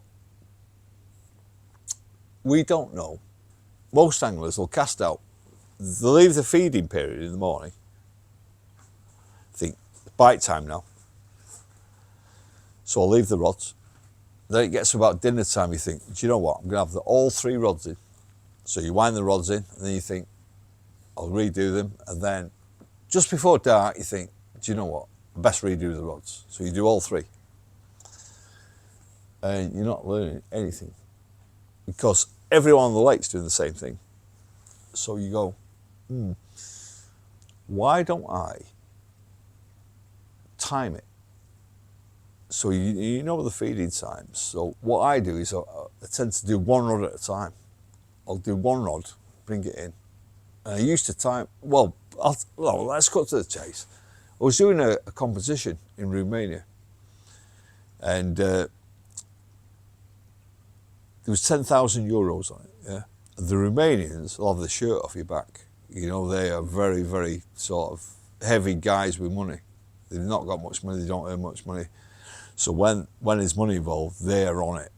And you cannot compete with the, you know, Rob's a live wire, my mate. He's like relentless, he's after them all the time. The Romanians are a different league. I'm sure they're on marching power or something. They're crazy, they're like 7 days a week. It's a 7-day match, they're awake for 7 days. You think, shit, how are they doing this? But they'll have hundreds of solid bags tied up, ready to go. So I was doing a match on Kempische, and you know, I'm quite laid back. I'm not that competitive, but I do want to win. I always think I'm not competitive, but I do want to win. so. All these. So I had an advantage. I thought I had the bait advantage because I'd put so much effort into the bait. You see some of the baits that they use in Europe, and they're like made of wax, you know, over the Eastern Bloc side. I'm not being rude to the guys, but in the early days it was like, shit, the baits look shit, you know, they look shit. But they did catch fish on them, so I can't really complain about that. But that was their bag. It's a different world. The one big mistake you can make is to presume that everybody's a Neanderthal. No. I've always said the English always thought they were superior to everyone else. Yeah, oh yeah, we invented carp fishing. listen, I've seen so many good anglers from all over Europe that are amazing, that are like, whoa, you know, especially with boat work. We're not used to boat work. You see them, they're like, you're thinking, shit, they're differently. And the way they think is, I've got total respect for good anglers are good anglers wherever they are in the world. And so I've never been stupid with that. So when I see something I like it. So what happened was, you want to hear this, it's a fantastic story. We were there, I got my own bait company, we got these baits that were fucking absolutely doing it. So 3-man team, so we go over, and I'm an extreme sort of casting guy, you know, really, or I used to be when I was younger. You know, I still can do a bit, but, you know, I was like crazy with it. Soto came round, he was the local sort of aficionado, and he says, you're a semi-shit swimmer. He says, you're not going to win. That's okay. So, boom, put them out. So I start long. I thought I'll work my way back. Normally you start short and then work your way out. And, you know, you take the low-growing fruit first and then work your way out. But no, I thought, fuck it. I'm going to go really long. So it was like FMJs or whatever it was at the time, banging them out. Long range throwing stick and spawn. But I didn't even bother with that, just bang singles out while we got going. So they blow the whistle, singles out there, the world white baits and that. And I got to take within minutes. So I'm playing it, and then I felt a bang. And then it was like a semicircular bank. So I felt someone else was dragging me the wrong way. They dragged me into a snag, so I lost the fish. So I thought, oh, you arsehole. So I went charging round. It was Florian, who's just won the Olympic gold in the judo team for Romania. And he's with a Moldovan guy and a Ukrainian guy that look like a gangster, right? They've got a big tent. They've got all the free spirit rods. They had maybe 20 rods with 200 solids tied up, and under every rod is an alarm clock. Now we're getting back to the... Yeah, now we're getting back to the main story. So he pulled me into the snag, I lost it. I was steaming mad, so I went round, and like I am, you know, I wasn't going to be aggressive, but especially when I seen the size of this fucker. So I go in the swim, he's like, got a t-shirt, he's got more shit, he's like, you know, more muscle in his shit than I've got. And he's like, mate, I'm so sorry about it. So we started talking. Next thing, we're best friends. We're having a chat and all the rest of it. And I says, mate, what's the clocks for? He says, oh, don't you do this? He says, we time the bites. When they put a solid bag in, they time the bites. He said, this is a 2-hour water. Straight away, you know they're on it. So I said, 2-hour water. He says, yeah, no bites in 2 hours, out, back in. He says, different waters, 30 minutes, different waters, 8 hours, different waters, 24 hours. The light bulb went off in my head then. So I'm going, oh shit, I've missed a massive trick here. So I said, what's your thinking on that? So he told me everything. He said, no bites in 2 hours, in the wrong place. Or they've been stripped, so we need to refresh. So it's obvious now. Now, once it's put in front of you, you know it. So I said, yeah, okay, I got the drift of that. Say, what happens if you're on a 48-hour water and you don't know it? He goes, well, then that's for me to find out. I says, okay, so you might be on a... So I thought, they're all probably doing the clocks, doing every 2 hours. What about if, so they're leaving patches of bait here and everywhere. Okay, but solids, and they were doing some bait. I thought, what happens if you need to sit on your hands? There is a time to sit on your hands where the bait has to do its thing, and then... So it was the best 5, the biggest 5 fish. No matter how many you caught, it's the biggest 5 fish. So I says to the lads, I says, fucking me, I says, they've got clocks there under the rods. And it's a fantastic thing to do. On that occasion, I felt like, because I wanted to catch a big fish, I just thought, I'm going to leave him. And we were in a swim that was not so great. So we ended up nearly winning it. And but I left them for 12 hours. But it was playing on my mind because they were casting too much, I felt. They weren't giving it time. Disturbing the swim. Yeah. But it was a good philosophy, nevertheless. So I come back to England, I thought, you know what? I'm going to embrace this. So I started timing the rods on busy waters, and started timing them for half an hour, 1 hour, and 4 hours. So I did it. Every 30 minutes on a solid bag, if I replaced that, that would completely beat the others. Right? So that tells you you're getting stripped. You're getting fish that are doing you much, much more than you ever thought possible. Yeah. So and I think even as difficult as it's been on this lake now, in the winter with frosts and everything, I think we've been done a few times. I've had a few bleeps that I thought, it's not birds, and we've been done. You don't see any marks on the I'm using maggots on them, by the way. I'm not going to kid you. Winter, I've got no qualms in using maggots, and they weren't mangled or anything. That tells me the carps had a go. If they're mangled, it's another fish. Yeah. And I thought, do you know what? But how do we work that out? But what I'm saying to you is, if you've got some guys that are not sure how often to recast, when do you learn something? How do you learn? You've got 3 rods. If you don't use clocks to time them, you can always time 1 rod, especially with solid bags, because solid bags are easily strippable. And once you've got a short hook length that's this long as your mobile phone with a big lead or whatever, if you've been stripped, that's a bad presentation, really. So when do you know when to refresh? And if you just sit there all night and think that's still going, you're probably not.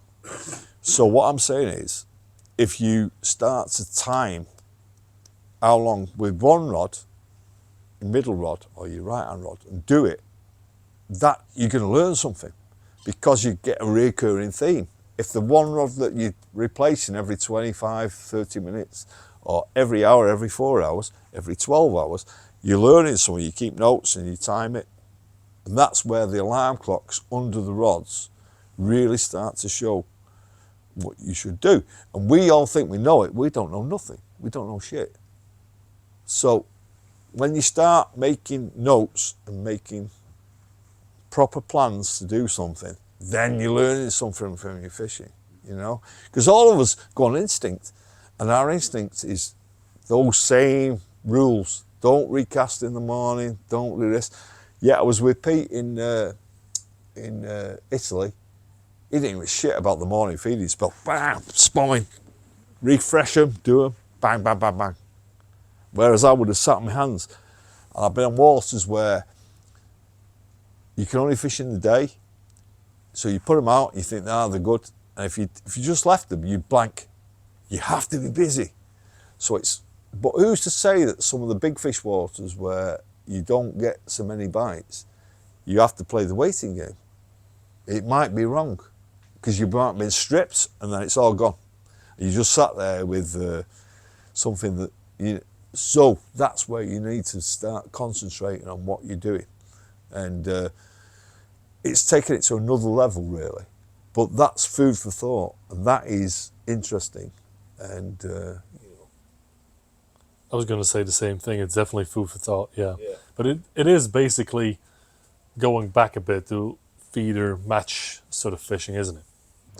Absolutely. The same sort absolutely, of idea. Absolutely, yeah. And Dieter, tell us a bit about what you found with your, your. Oh, mate, this is a great subject, actually. You do all these beautiful flavours. We know the history of what you're doing. And which are your go-to? Listen, let's cut to the chase. Let's cut the bullshit out. Which are your best-selling baits? Best selling or best catching is a different story. Okay, both. I want to know both. But yeah, that's a great thing. I found that as well, by the way. There's some people, I think, a lot of stuff is underused. For example, red Red, blue. we've already talked about, yeah. or blue is very much underused, and I think you're influenced easily. People are influenced easily by the mass media, and then everybody sees films, or even in magazines a bit as well. But especially on the films that have come out, maybe 5 years ago, whatever. And every single film there's yellow, or pink, or white. That's But the three things. Orange is left alone a bit. Orange is my favourite as well. Yeah. Purple, blue, red, because people think that red isn't. You might as well not even try and sell them, have you? But even then, people are still interested in having red baits. Not all of them, but I've had a friend actually a couple of years ago, before we did the blue baits, and the blue baits are literally this sort of blue. Man City blue, yeah. Exactly. And he told me, he's from the UK, he said, you'll never sell a blue bait in the UK. No. Because it doesn't work. No. But most of the blue... That's rubbish. Of course it is. But most of the blue baits that we sell actually go to the UK. So Really? it is... I think it's something different that people aren't really... And people definitely come to us for different stuff. That's not off the shelf sort of stuff. And the blue is for sure something that isn't your usual typical yellow, white, pink. Yeah. And have you ever done grey baits? I've done grey. That was not on purpose, but I was playing around with bits, and eventually the baits turn out grey. Black, grey. Yeah. But yeah, grey. I mean, giving or putting it on yourself, putting a bait on that's grey, is alien, so to speak. I love it. I like that. You know what I mean? There's a lot of people that just I'll put yellow on. This is a yellow one as well. I also want to quickly track back on the rig on the rig that we spoke about. So this is, I don't know if people can see that, and if they can't, I'll put it up before on the edit. It's a B-roll. So it's basically a shore hinge rig, which you can simply pull away and quickly change to another chud rig. It's lovely, mate, yeah. With two tungsten beads on. So it's very simple, and it's done us all the bites for years now.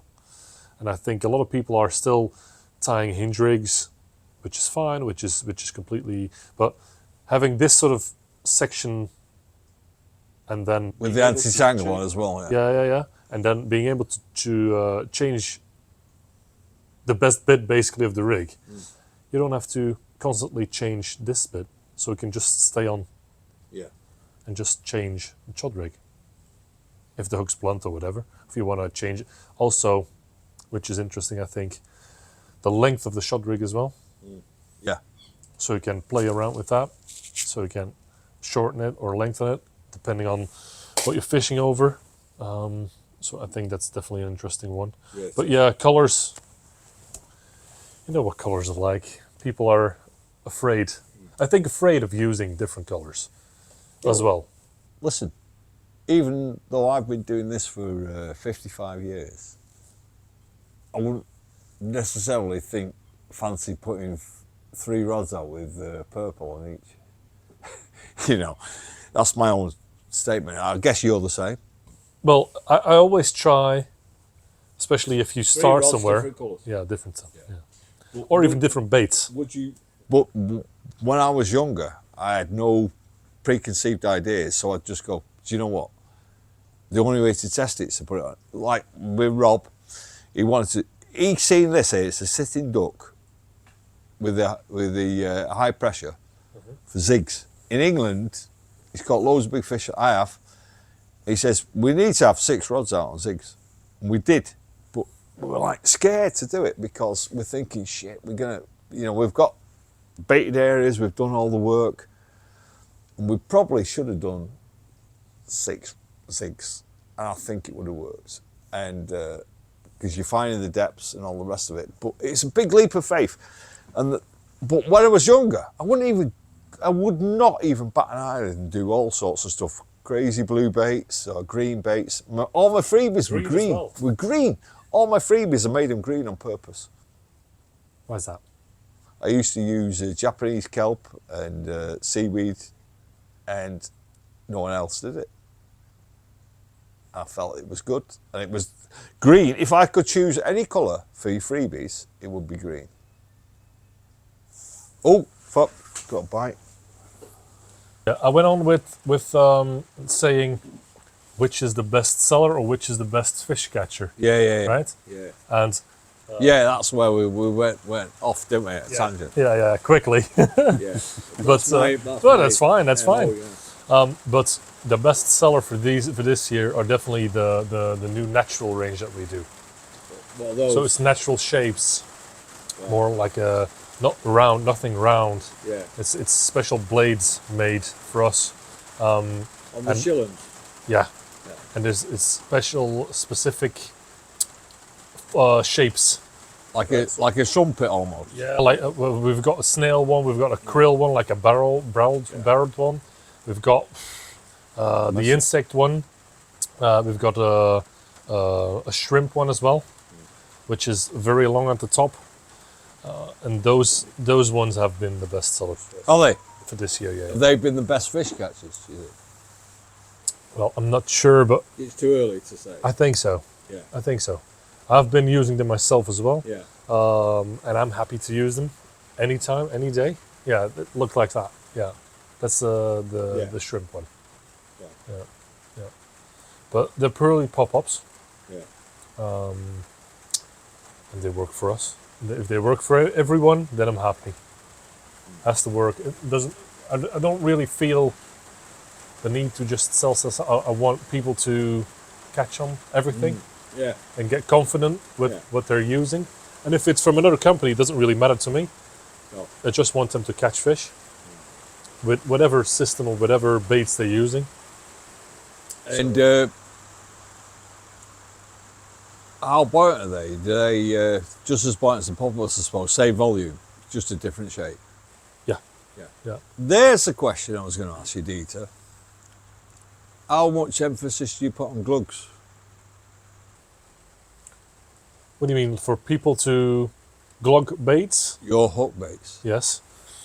Basically, these are just always cured to the core of the bait. With your main range and all the rest of it? Sorry? Well, I'll tell you what happens. I do my own range of hook baits, and the recurring theme is, do you do glugs? People always ask me the same thing as Yeah, well. Sprays or dips or glogs. Yeah. But we've chosen to not really do it also because some of the stuff that we do is obviously the limited Yeah. flavors. Yeah. So we can't reproduce No. So you some of them. Yeah. So we can't really advertise glugs or dips or sprays for that. So that's where the shop range came along. Right. So we did the shop range specifically made for tackle shops. Yeah. So we don't sell the shop range ourselves, only at the show, and then all the shops can sell it, and we don't. Well, what I was going to say is, me being me, a lot of people won't say it, but I think the glugs are unnecessary. If you do the baits correct, you don't need to be glugging them and all the rest of it, because you've already got the flavour levels correct in what you're doing. And the glugs just to satisfy a certain whim where they think more is better. I could do it, make money for old rope, but I really don't think it's necessary. No, me neither. So you think the same? I feel Okay, exactly the same so because I don't glug my baits, my own baits, not at all. Okay, so that's nice to know. So it's interesting that we think the same. You know. I mean, no. Yeah. Maybe we shouldn't dive too deep into that. But I think just a thought that occurred to me. yeah, but I think some people, if you're confident in using sprays or glugs or dips, I think you should. Yeah. But I think most of the time, it's unnecessary. Yeah. Well, I feel like that. I mean, as you say, if it makes them happy, do it. But you know, whether we ever do it or not, I don't know. But it'd just be a mirror image of what's in the liquids in the flavour. You know, the essential oils and all the rest of it. I don't mind. if it makes people happy when maybe if they've got a batch of bait that they've had for a while sat in their bag, it might be interesting. Pimp it up again. Pimp it. That's a good word for it. Yeah. Pimp it up. Yeah. And do you have any? I suppose it's probably not a great question, but have you got any special ideas for your future stuff? I have certainly got stuff going on. Well, I know you do, but we shouldn't talk about that because I remember the phone call we had in earlier this year. Do you know what? We did speak about, I can't get the stuff that I do over to Europe. Yes. Probably it's not so easy for me to get stuff in the UK. But maybe we'll have a little collaboration at some time. How difficult can it be? It's not really difficult, especially not for me. And I have good relationships in the UK and all over Europe as well. So it's first it's going to be easy. So watch this space, everyone, because I think it's wow, it's all that. For us, it's going to be easy. Yeah. If we would do something, or if we would collaborate on anything, or find a good idea, which I'm sure you have, it's easy. Yeah. Easy to make, easy to do. Yeah. Couple of months, couple of years time, we've got. Yeah, I like the way that you're doing everything. It's just ridiculously sort of concise and neat. Of all the bait companies I've ever spoke to, been involved with, or anything, I mean, we're not involved in any shape or form. We're just friends. Yours is really ticking the boxes, and I'm not just saying that lightly. It's just you've shown me some of that stuff. Jesus Christ, it's very, very nice. And because we've got the same ethos about perfection and interesting bait that goes back so long, since you were a kid as well when we met. I love it. I think this is well worth a look. I think the UK have probably just scratched the surface as far as people that are involved with bait companies and that, they ain't seen nothing. This is good. So I think if we do some stuff together, we're like-minded, the sky's the limit with it, Yeah, the sky's the limit, exactly. Yeah. And it all originated from this as well. No, which is ace, mate, isn't it? It's lovely. It's lovely that we've got that such a great connection. The Building Stones was over 20 years ago. The fact you did that Redesmere special, was just such a lovely thing to do. And it means a lot to me because, you're a young guy, we met, and then it inspired you to do all this. And then your family are probably, it's your family business now, and the guys and that, it's just great. You're a family, I can see that straight away. Love it. So more power to you, Elbow. Yeah. Thank you. All right. I've got one question before as well. I've listened to your podcast with Sam from Carp Chronicles. Yeah. And I think you guys were both on about a chocolate flavor, which was hard to get these days. I think it was. Chocolate. Wasn't it? Anyway, I've got one chocolate flavor over here, which you should look at, which could be interesting. It was actually interesting. No, this is an interesting point. Yeah. I tried. Obviously, all humans are omnivores. We love chocolate. I tried chocolate with all the chocolate in drinks in the base mix. It tasted the best, incredible flavour ever. I got some chocolate flavours, and it was a resounding disaster. Right, I'm not going to kid you. So I talked about it with Sam, and but that was then. There was a lot of flavours that probably, or what for the circumstances, it didn't work. But I always had the feeling that it should be special if you got it right. I think with a bit of work, it's like mint. Let me explain about mint. Dieter, this is going to be a good train of thought. Have you used spearmint and findings, please? I do. Okay, finding. For us, it's been a good recipe. I've used it in quite a few recipes, actually, spearmint. Well, I used peppermint and spearmint essential oils. Resounding disaster. but in them early days, I was pioneering the use of, in my own way, on singles. in singles that must be added. It's not in food. I was trying to find the levels for. I also had some disasters with garlic, and we all know how good garlic is. So it's no benchmark of what my failure is. But I'm always prepared to talk about failures, so that it gives a guideline to people that want to try it to go lower. Because I always start quite high. So as you do. Yeah. So because I wanted to short circuit the bang effect. And then some things, obviously, with essentials, you really have to be very careful with them. No matter what you do with your synthetic flavours, if you're on the essentials, you must go low. It's simple as that. They burn your mouth. They can actually, you taste peppermint or spearmint and drink it, you're going to die. It's so strong. It's so strong. It'll destroy your digestive system. I learned that from a garlic eating contest when I was a young guy. They conned me and said that we had a party, and they said I was off doing something else. I won't even tell you what I was doing. And they said, Frank, you're a crazy guy. The best so far is 3. I went, 3? And they says, yeah, garlics, the bulbs. I said, three full garlic bulbs? So I said, shit, that's superhuman. So I was half pissed, so we got these garlic bulbs and crushed them, and I ate 2.5. I said, that's it, I'm done. I can't beat whoever's done 3. They meant 3 cloves, and they were taking the piss and conned me. So I had 2.5 full garlic bowls. I was sweating garlic for 3 weeks, and I was in agony. It was like acid burning me. And in desperation, I went to my bait cupboard and I found a 25ml bottle of essential oil peppermint. I drank it, the whole lot. It destroyed my digestive system. I was in hospital. I was in hospital for 2 weeks, and it nearly killed me. It destroyed all my digestive tract, everything, all the way down, gone, like acid. And so I know how powerful essential oils are. Go low. Go low. And so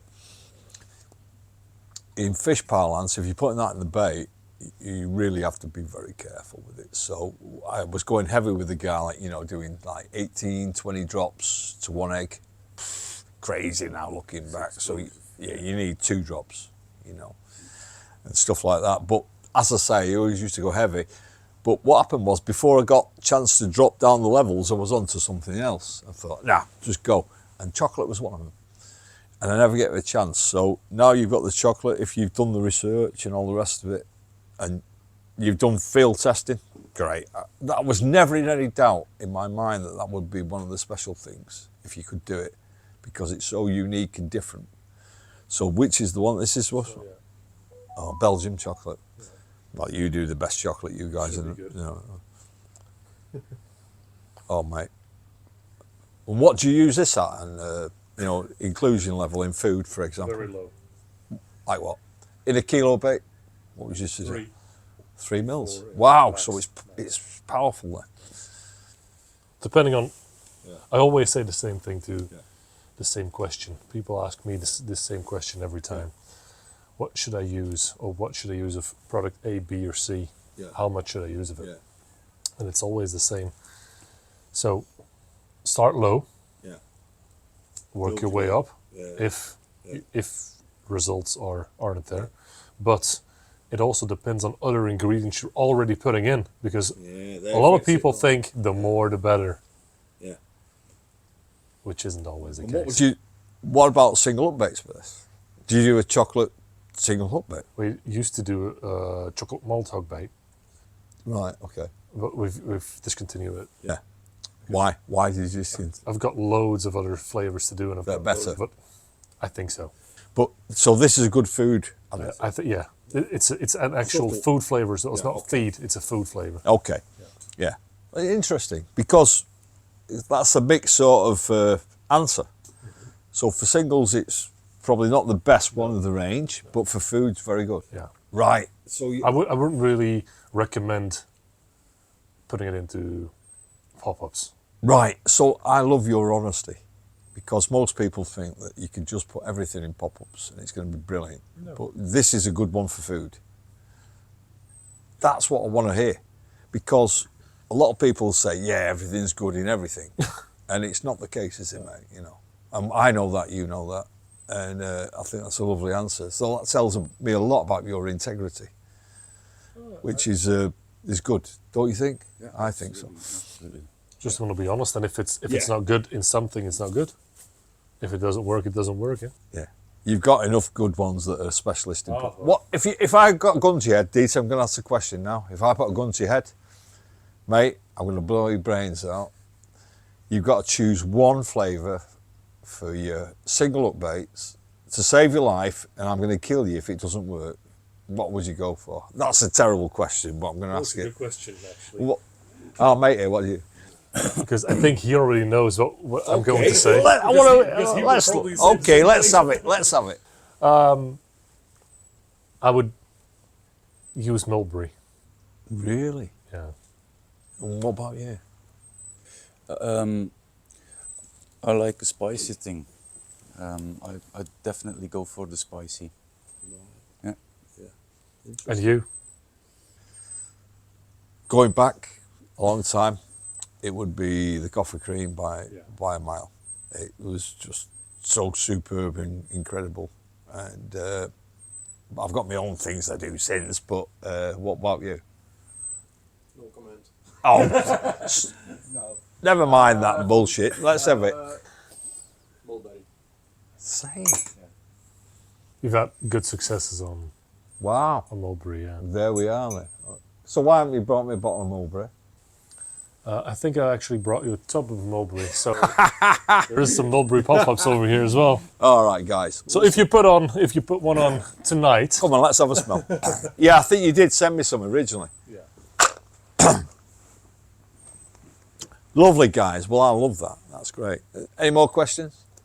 I've got a couple of questions of Yeah, they do smell good. people that have been commenting on whether or not which questions I should ask you on the post that we put up on social media. I've got a question, depending where we want to go. Which or how many spooky experiences you've had on the bank? Which is the top one? Or have you? Yeah. Yeah, I've been to Tenerife with my wife and children when they were babies, before Jamie was born. And I came back, and I'd not been in Redesmere for a long time. And I went with two guys, who were friends of mine, Alan Williams and it was Graham Mills. So they went either side of me, I went in the middle. I had 220s in the dark. Fishing in the shallows at long range, it's very silty, and so you've only got a couple of 3 feet of water, and I used tri-lobe leads, the risers that settle in the water. So I was presenting, I knew I was presenting. A lot of people use normal shaped leads and they just crash into the sill, even with a long hook length, they don't present correct, but the tri-lobes, they hit the water because of the shape, they're flat, and they're just plain down and rest. You can use them on weed and everything, so I use those. A couple of 20s. And this is the weirdest story ever. I went to bed after those fish. We got up and photographed them. And about 3 o'clock in the morning, I felt like there was someone trying to steal something, around me. And I didn't know what it was, but I felt a presence. And I got up and I felt uneasy. And the two guys heard me walking around, checking everything. They says, is everything okay? I says, yeah, it just felt like there's someone here. So I got back in the sleeping bag and nodded off. And then the first thing I thought was that a tree collapsed and fell on my bivvy and was crushing me on my chest and on my face like this. And I was screaming, put my hands up and tried to push it off. It was such a force, it snapped the cams. It was a Fox bed chair where you used to adjust it snapped it, and both the cams snapped, the plastic. And I felt like I was screaming, feeling like I was being suffocated and pressured. So they came running out and said, "What's up with you?" And I was like, "What the fuck?" And there's nothing there. And they says, "What's all this?" And my bed chair had snapped, so I had to put a rucksack and some stuff underneath it, under the headpiece. And they said, "What's happened?" I said, "I felt like I was being crushed. I thought it was a tree fell on me." And they said, "Oh, maybe you fell asleep, and in a deep sleep, felt all this, and then slammed back." I said, "No, I was awake. I was awake looking out over the lake, and then it all happened. So I wasn't asleep." And when you're in a deep sleep, you can be in a awake, sleep. I said, "No, I was awake."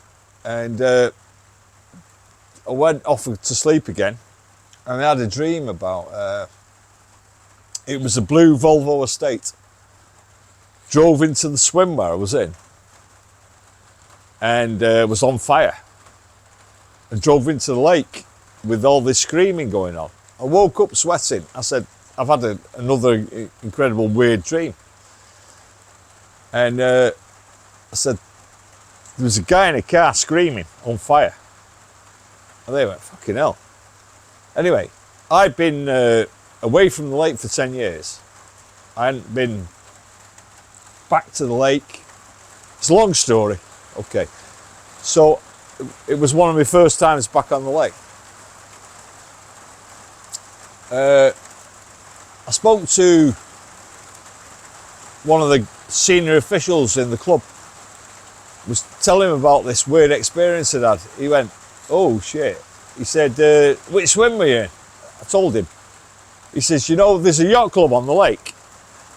Brian, the Commodore of the yacht club, he was driving his blue Volvo, and it set on fire, which is a freak occurrence. His car burst into flames, and he drove it into the lake to try and put it out, and he died in the car. It was in the swim I was in." Yeah, I didn't know about all this. So that swim is now called the Nightmare Swim. Is it really? Yeah. That's the truth. I didn't know anything about this. And has it happened to other people as well that you know of? No, nobody else. And all my life has been blighted with psychic experiences and coincidences that are weird. If I talk about something, it happens. I shook hands with a girl once. I joined an advertising agency, about 30 people were there. I shook her hand, she was 24. I got like a electric shock from her hand. I went, "Wow, what's this?" And then I suddenly thought, she ain't gonna be here much longer. Within 2 months she was dead. She got terminal cancer, died. Never a problem in her life ever before, but just felt it. Like a weird energy. Yeah, same with that film on YouTube where I said, Yes. my mother-in-law died, and I said, "I'm going to catch a big fish at 2 o'clock tomorrow and leave it in her memory." And it happened. They brought the cameras and it happened at 2 o'clock, and that's just the tip of the iceberg. That almost like freaky stuff, you know. So yeah, it's been a curse as well as an interesting thing. Probably, but there's some wishful thinking in there as well sometimes. No, not really. No wishful thinking. No, I wish I didn't have it. My dad said to me from being a small boy when I used to be able to do it, he says, "Don't tell anyone about this." He says, "Keep it quiet." He says, "They'll think you need to be in a mental home, you know, nutcase." So I said, "No, I've got it. It's always been there, you know." And so I'm not scared of it. It's just happened. And the amount of times it's happened is crazy. It's way too much. I could give you an example that's an extreme example, if you wanted.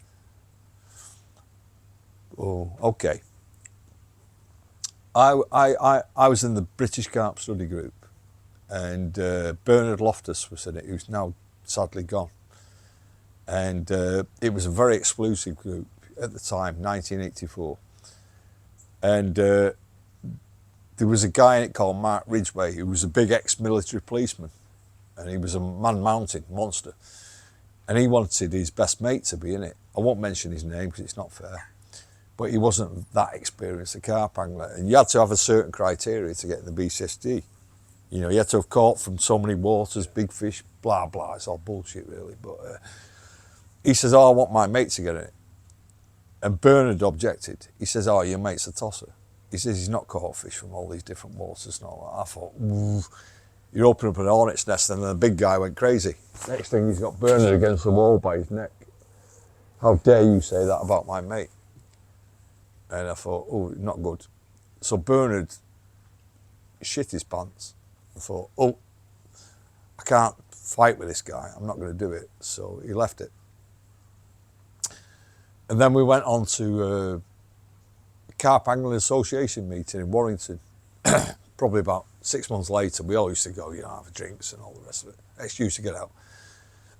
And Bernard was there and all the entourage where we were fishing. And then Mark Ridgway, the big guy, was doing a talk on angling photography on stage with several of the speakers, and Paul Selman ran the meeting. And Bernard said he'd had a few drinks, and he said, I can't forgive him slamming him up against the wall like that. He says, so I'm going to stuff a pint pot in his face. So I says, oh, Bernard, don't be stupid, you're a coward. I says, you either fight with the man or admit that you can't. He's too big for you, he'll make mincemeat of you. I says, so leave it. He says, no, I'm having it. I says, Bernard, stop it. I says, there's a much better way of getting to him. And it all came to me in one sort of thing. There was several speakers on, or maybe 3 or 4, I might exaggerate. So I said, in my mind, I had a premonition. I says, Mark Ridgway is going to be drawing the prizes for the lottery, for the tackle. I says, so I'm going to win the main prize, which is a pair of rods, or a set of rods, 3 rods, sorry. And I says, you can go up with my ticket and pick the rods up. So I was with several people, and they went, this guy's a nutcase. I said, it's pink 252, the ticket. I'm going to choose it, you can take the ticket, and then he's going to have to present you with a set of rods. It's going to really piss him off. So Wendy, Paul Selman's wife, came, and she only had yellow tickets and red, not pink. Orange, yellow and orange. These were pink 252, I'll never forget it. So I says, Wendy, she had it in her handbag. I says, have you got any other colour tickets? She says, yeah, I've got some pink. I thought, oh, that's a strange thing, 3 colours. I says, I want 252 on the strip. She went, oh, so she started selling pinks, She went, oh, okay, whatever you want. So we did it. So all the guys thought I was a lunatic. And the night goes on. I didn't even know if Mark Ridgway was doing the draw. Yeah, but I'd read it, I'd seen it in like a video on my mind. He says, oh, we're going to ask our mate Mark Ridgway, who did the angling photography, to do the draw. So I thought, oh, it's all playing out. So he does a draw, whatever it was, yellow. So they went, you got it wrong. I says, no, these are the shit prizes. The set of rods are last. Alan Young, Margin Master, Regal Margin Master rods, 3 of them. I'll never forget it. So they did all the prizes. They said, we're saving the last prize for the big one. 252 pink. My ticket. I gave it Bernard. He went. I says, go up. So we went up on the stage. Mark Ridgway was like, you fucking bastard, and squashed his hand like that and passed him the rods.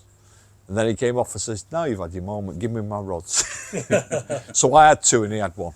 We split it. Selman says, give him all the rods. I says, no. I says, I did all this. But everyone witnessed it, and I got 252 pink, and I predicted the whole shit, everything, and it happened. And that's the tip of the iceberg, honestly. It's just crazy. That's no longer statistics, eh? That's crazy. Yeah. That's projecting your mind into the future. Yeah. So, I told Dave Powell we were fishing on the Redesmere, never caught fish out there. And I had a couple of fish, and I said, Dave, we need to move. So we moved to the other side. There was a thing called the spinney. It was a woods that was out of bounds with overhanging trees. So I got in the trees and I said, Dave, there's about 40 of the 60 fish in the lake in 45 acres under here. So I read it, I knew they were there. It confirmed it when I got in. My mind just told me they were there. So the person on the left has obviously got the best chance, because imagine this is the snags and all that. So I went here and he went there, fishing up the side of him. And we were here. I said, Dave, the late record was 32 and a half. I said, Dave, 1983. I said, Dave, get on your rods now. You're going to get a take on your left-hand rod. It's going to be a new late record, 34.4. He went, what the fuck are you on about? We're having a cup of tea. I said, Dave, get on the fucking rod. He got on the rod, it was locked up solid, bang, 34.4. So it was on the front page of the Angling Times, the premonition fit. The Angling Times. It's in my book, all this shit. So I've got some balls to put it in my book if I'm lying. And it was £34, 4 ounces on the scales. And I just told him it was going to happen on that rod. And it did it. And I've done it loads of times. I did it on the Corder podcast. I told all about all these premonitions. And it's weird. Why don't we do a bit of mind reading if you want? When the cameras are off, I'll do you some mind reading if you want. Okay, Yeah, I'm a interesting. volunteer. I'm a volunteer. Very interesting. I've got one more question from Sean. Yeah. Jarvis. He's saying, one rig and one bait to use for the rest of your fishing days. What would it be? I think that's a good way to end the podcast as well. One bait. Jesus. Can be anything. Everywhere. I'd use the long shank blowback that I've always championed, because in open water I think there's nothing to touch it. Long story with that one. A very interesting story. With the long shanks, they've almost forgotten about. Most companies don't do long shanks now, and they turn and grip on your hands, and they do. A lot of people dismiss that, the turn test on your hands. I really do believe in it, because when they're spitting it all out in the volume of water, anything that sits on its point and the floor of the mouth is an advantage, and the long shank seems to turn and tuck quicker. As a hook bait, on a European scale, it would be tiger nuts. I'm not going to give you any bullshit and say it's going to be this fluoro or that fluoro or whatever. I think tiger nuts, even on waters where they've never seen bait in it before, tiger nuts would be the one. If I was going to do one bait anywhere, I've got to say, plastic corn's ridiculous. You can use it over anything. I've caught on two pieces of plastic corn, flavoured, not unflavoured, with a pineapple and butyric. And so I'll be very honest, I could come out with all sorts of creative stuff, but I think those two things would catch a fish in most circumstances. A lot of people don't even believe in plastic baits. I showed it Danny Fairbrass. He said, I don't believe in laws. So I got him to put it on one rod, and he had his PB English mirror in the winter. And then he caught his PB English common on the plastic baits. It's not an advert for Enterprise or anything. That's the truth. And he went, holy shit. And he wanted to buy the company. It was almost like a joke. But without those flavours in, that was Rod Hutchinson's Sublime flavour with citric acid, and I'd got a number of other little bits and pieces in there. It was almost congealing, but it gave it a massive kick. And I gave him that pot when I left Corder as a leaving present, and he caught loads of fish on that. And then he was a disciple of using plastic baits, but it wasn't just the plastic baits, it was the attractors that were in it, you know. And then when he didn't get them, and I'd gone, I wouldn't do him anymore. So that was that. He can see that as well. If Danny's watching this, you know the truth, mate. Yeah. So. Gio from Monkey Climber, he actually still uses Sublime for all of his plastic hook baits. Yeah. So. Yeah. Right. So that's come from somewhere, hasn't it? Yeah. Okay. Of course he has it from you. Yeah. Via Danny or whatever. Yeah. So he still uses it now to this day. Yeah. So that's the truth, you know. And then any other questions? No, I think it's good to. All right then. Well, let's finish off with saying a massive thank you to you, Frank. I think we could listen until probably get this going until sunrise. Yeah. And since we're very close to Christmas, I want to present you with a fine bottle of single malt whiskey. Lovely. You know how to touch my heart, you guys, don't you? And to keep you warm. Oh, Thank mate. you very much. Thanks. Dieter. Oh, boys, come here, man. Fantastic. Thank you so much. Love you guys. And look at the forgotten flavours. They're brilliant. Yeah, yeah. Okay, there we are. Thank you. Yeah, you're welcome, mate. Do you want some pizza, mate? We've got 2 big ones there. No, I'm really happy, but I have to be very careful because yesterday I broke a tooth and it's still in there.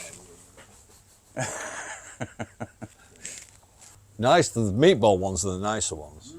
Nice that one. Yeah.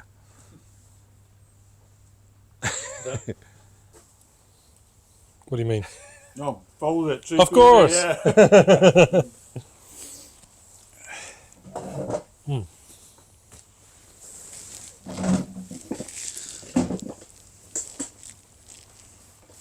See, this is the rig I was talking to you about. The loading one. Yeah. See, even that feels light, doesn't it, when you do it? But it makes a difference. 'Cause it hangs it in the mouth. We can still. I've got bigger tungsten beads as well. Because these are the small ones we do. Oh, I'll go through.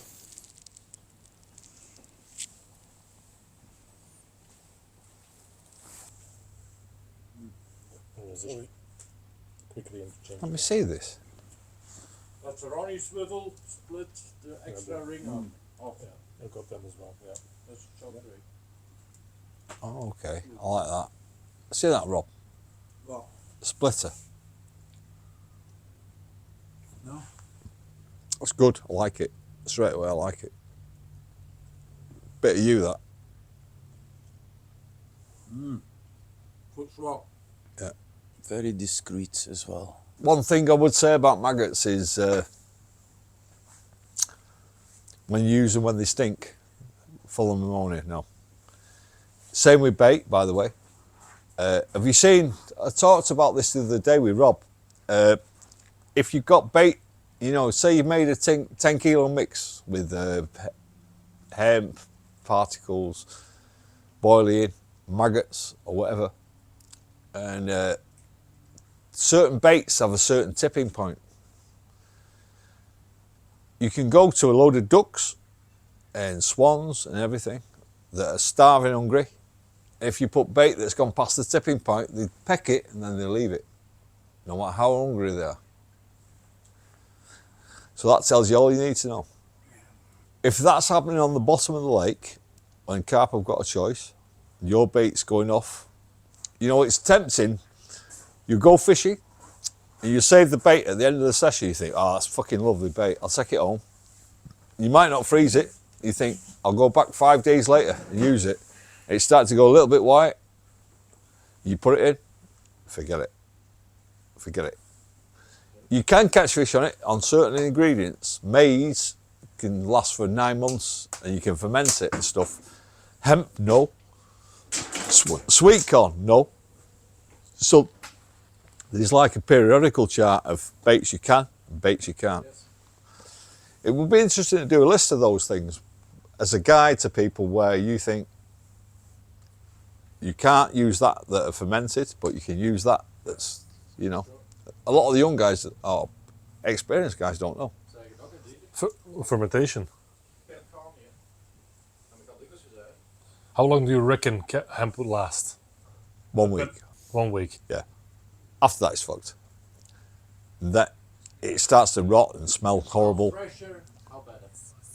For the oil, Hemp, the day it's made, with the oils coming out, is the best, and then it's all downhill from there on. after 24 hours. Yeah. That's the reason why I boil every day new hemp. Yeah, me too. I use it. Me too. Yeah. And That's I important to like say. Yeah. Use it when it's still warm. Yeah, I do as well. Maples will last. They That's go. something else. They can They go spunky. After 5 days, they're good, but there's a tipping point with them, and that's maybe 10 days.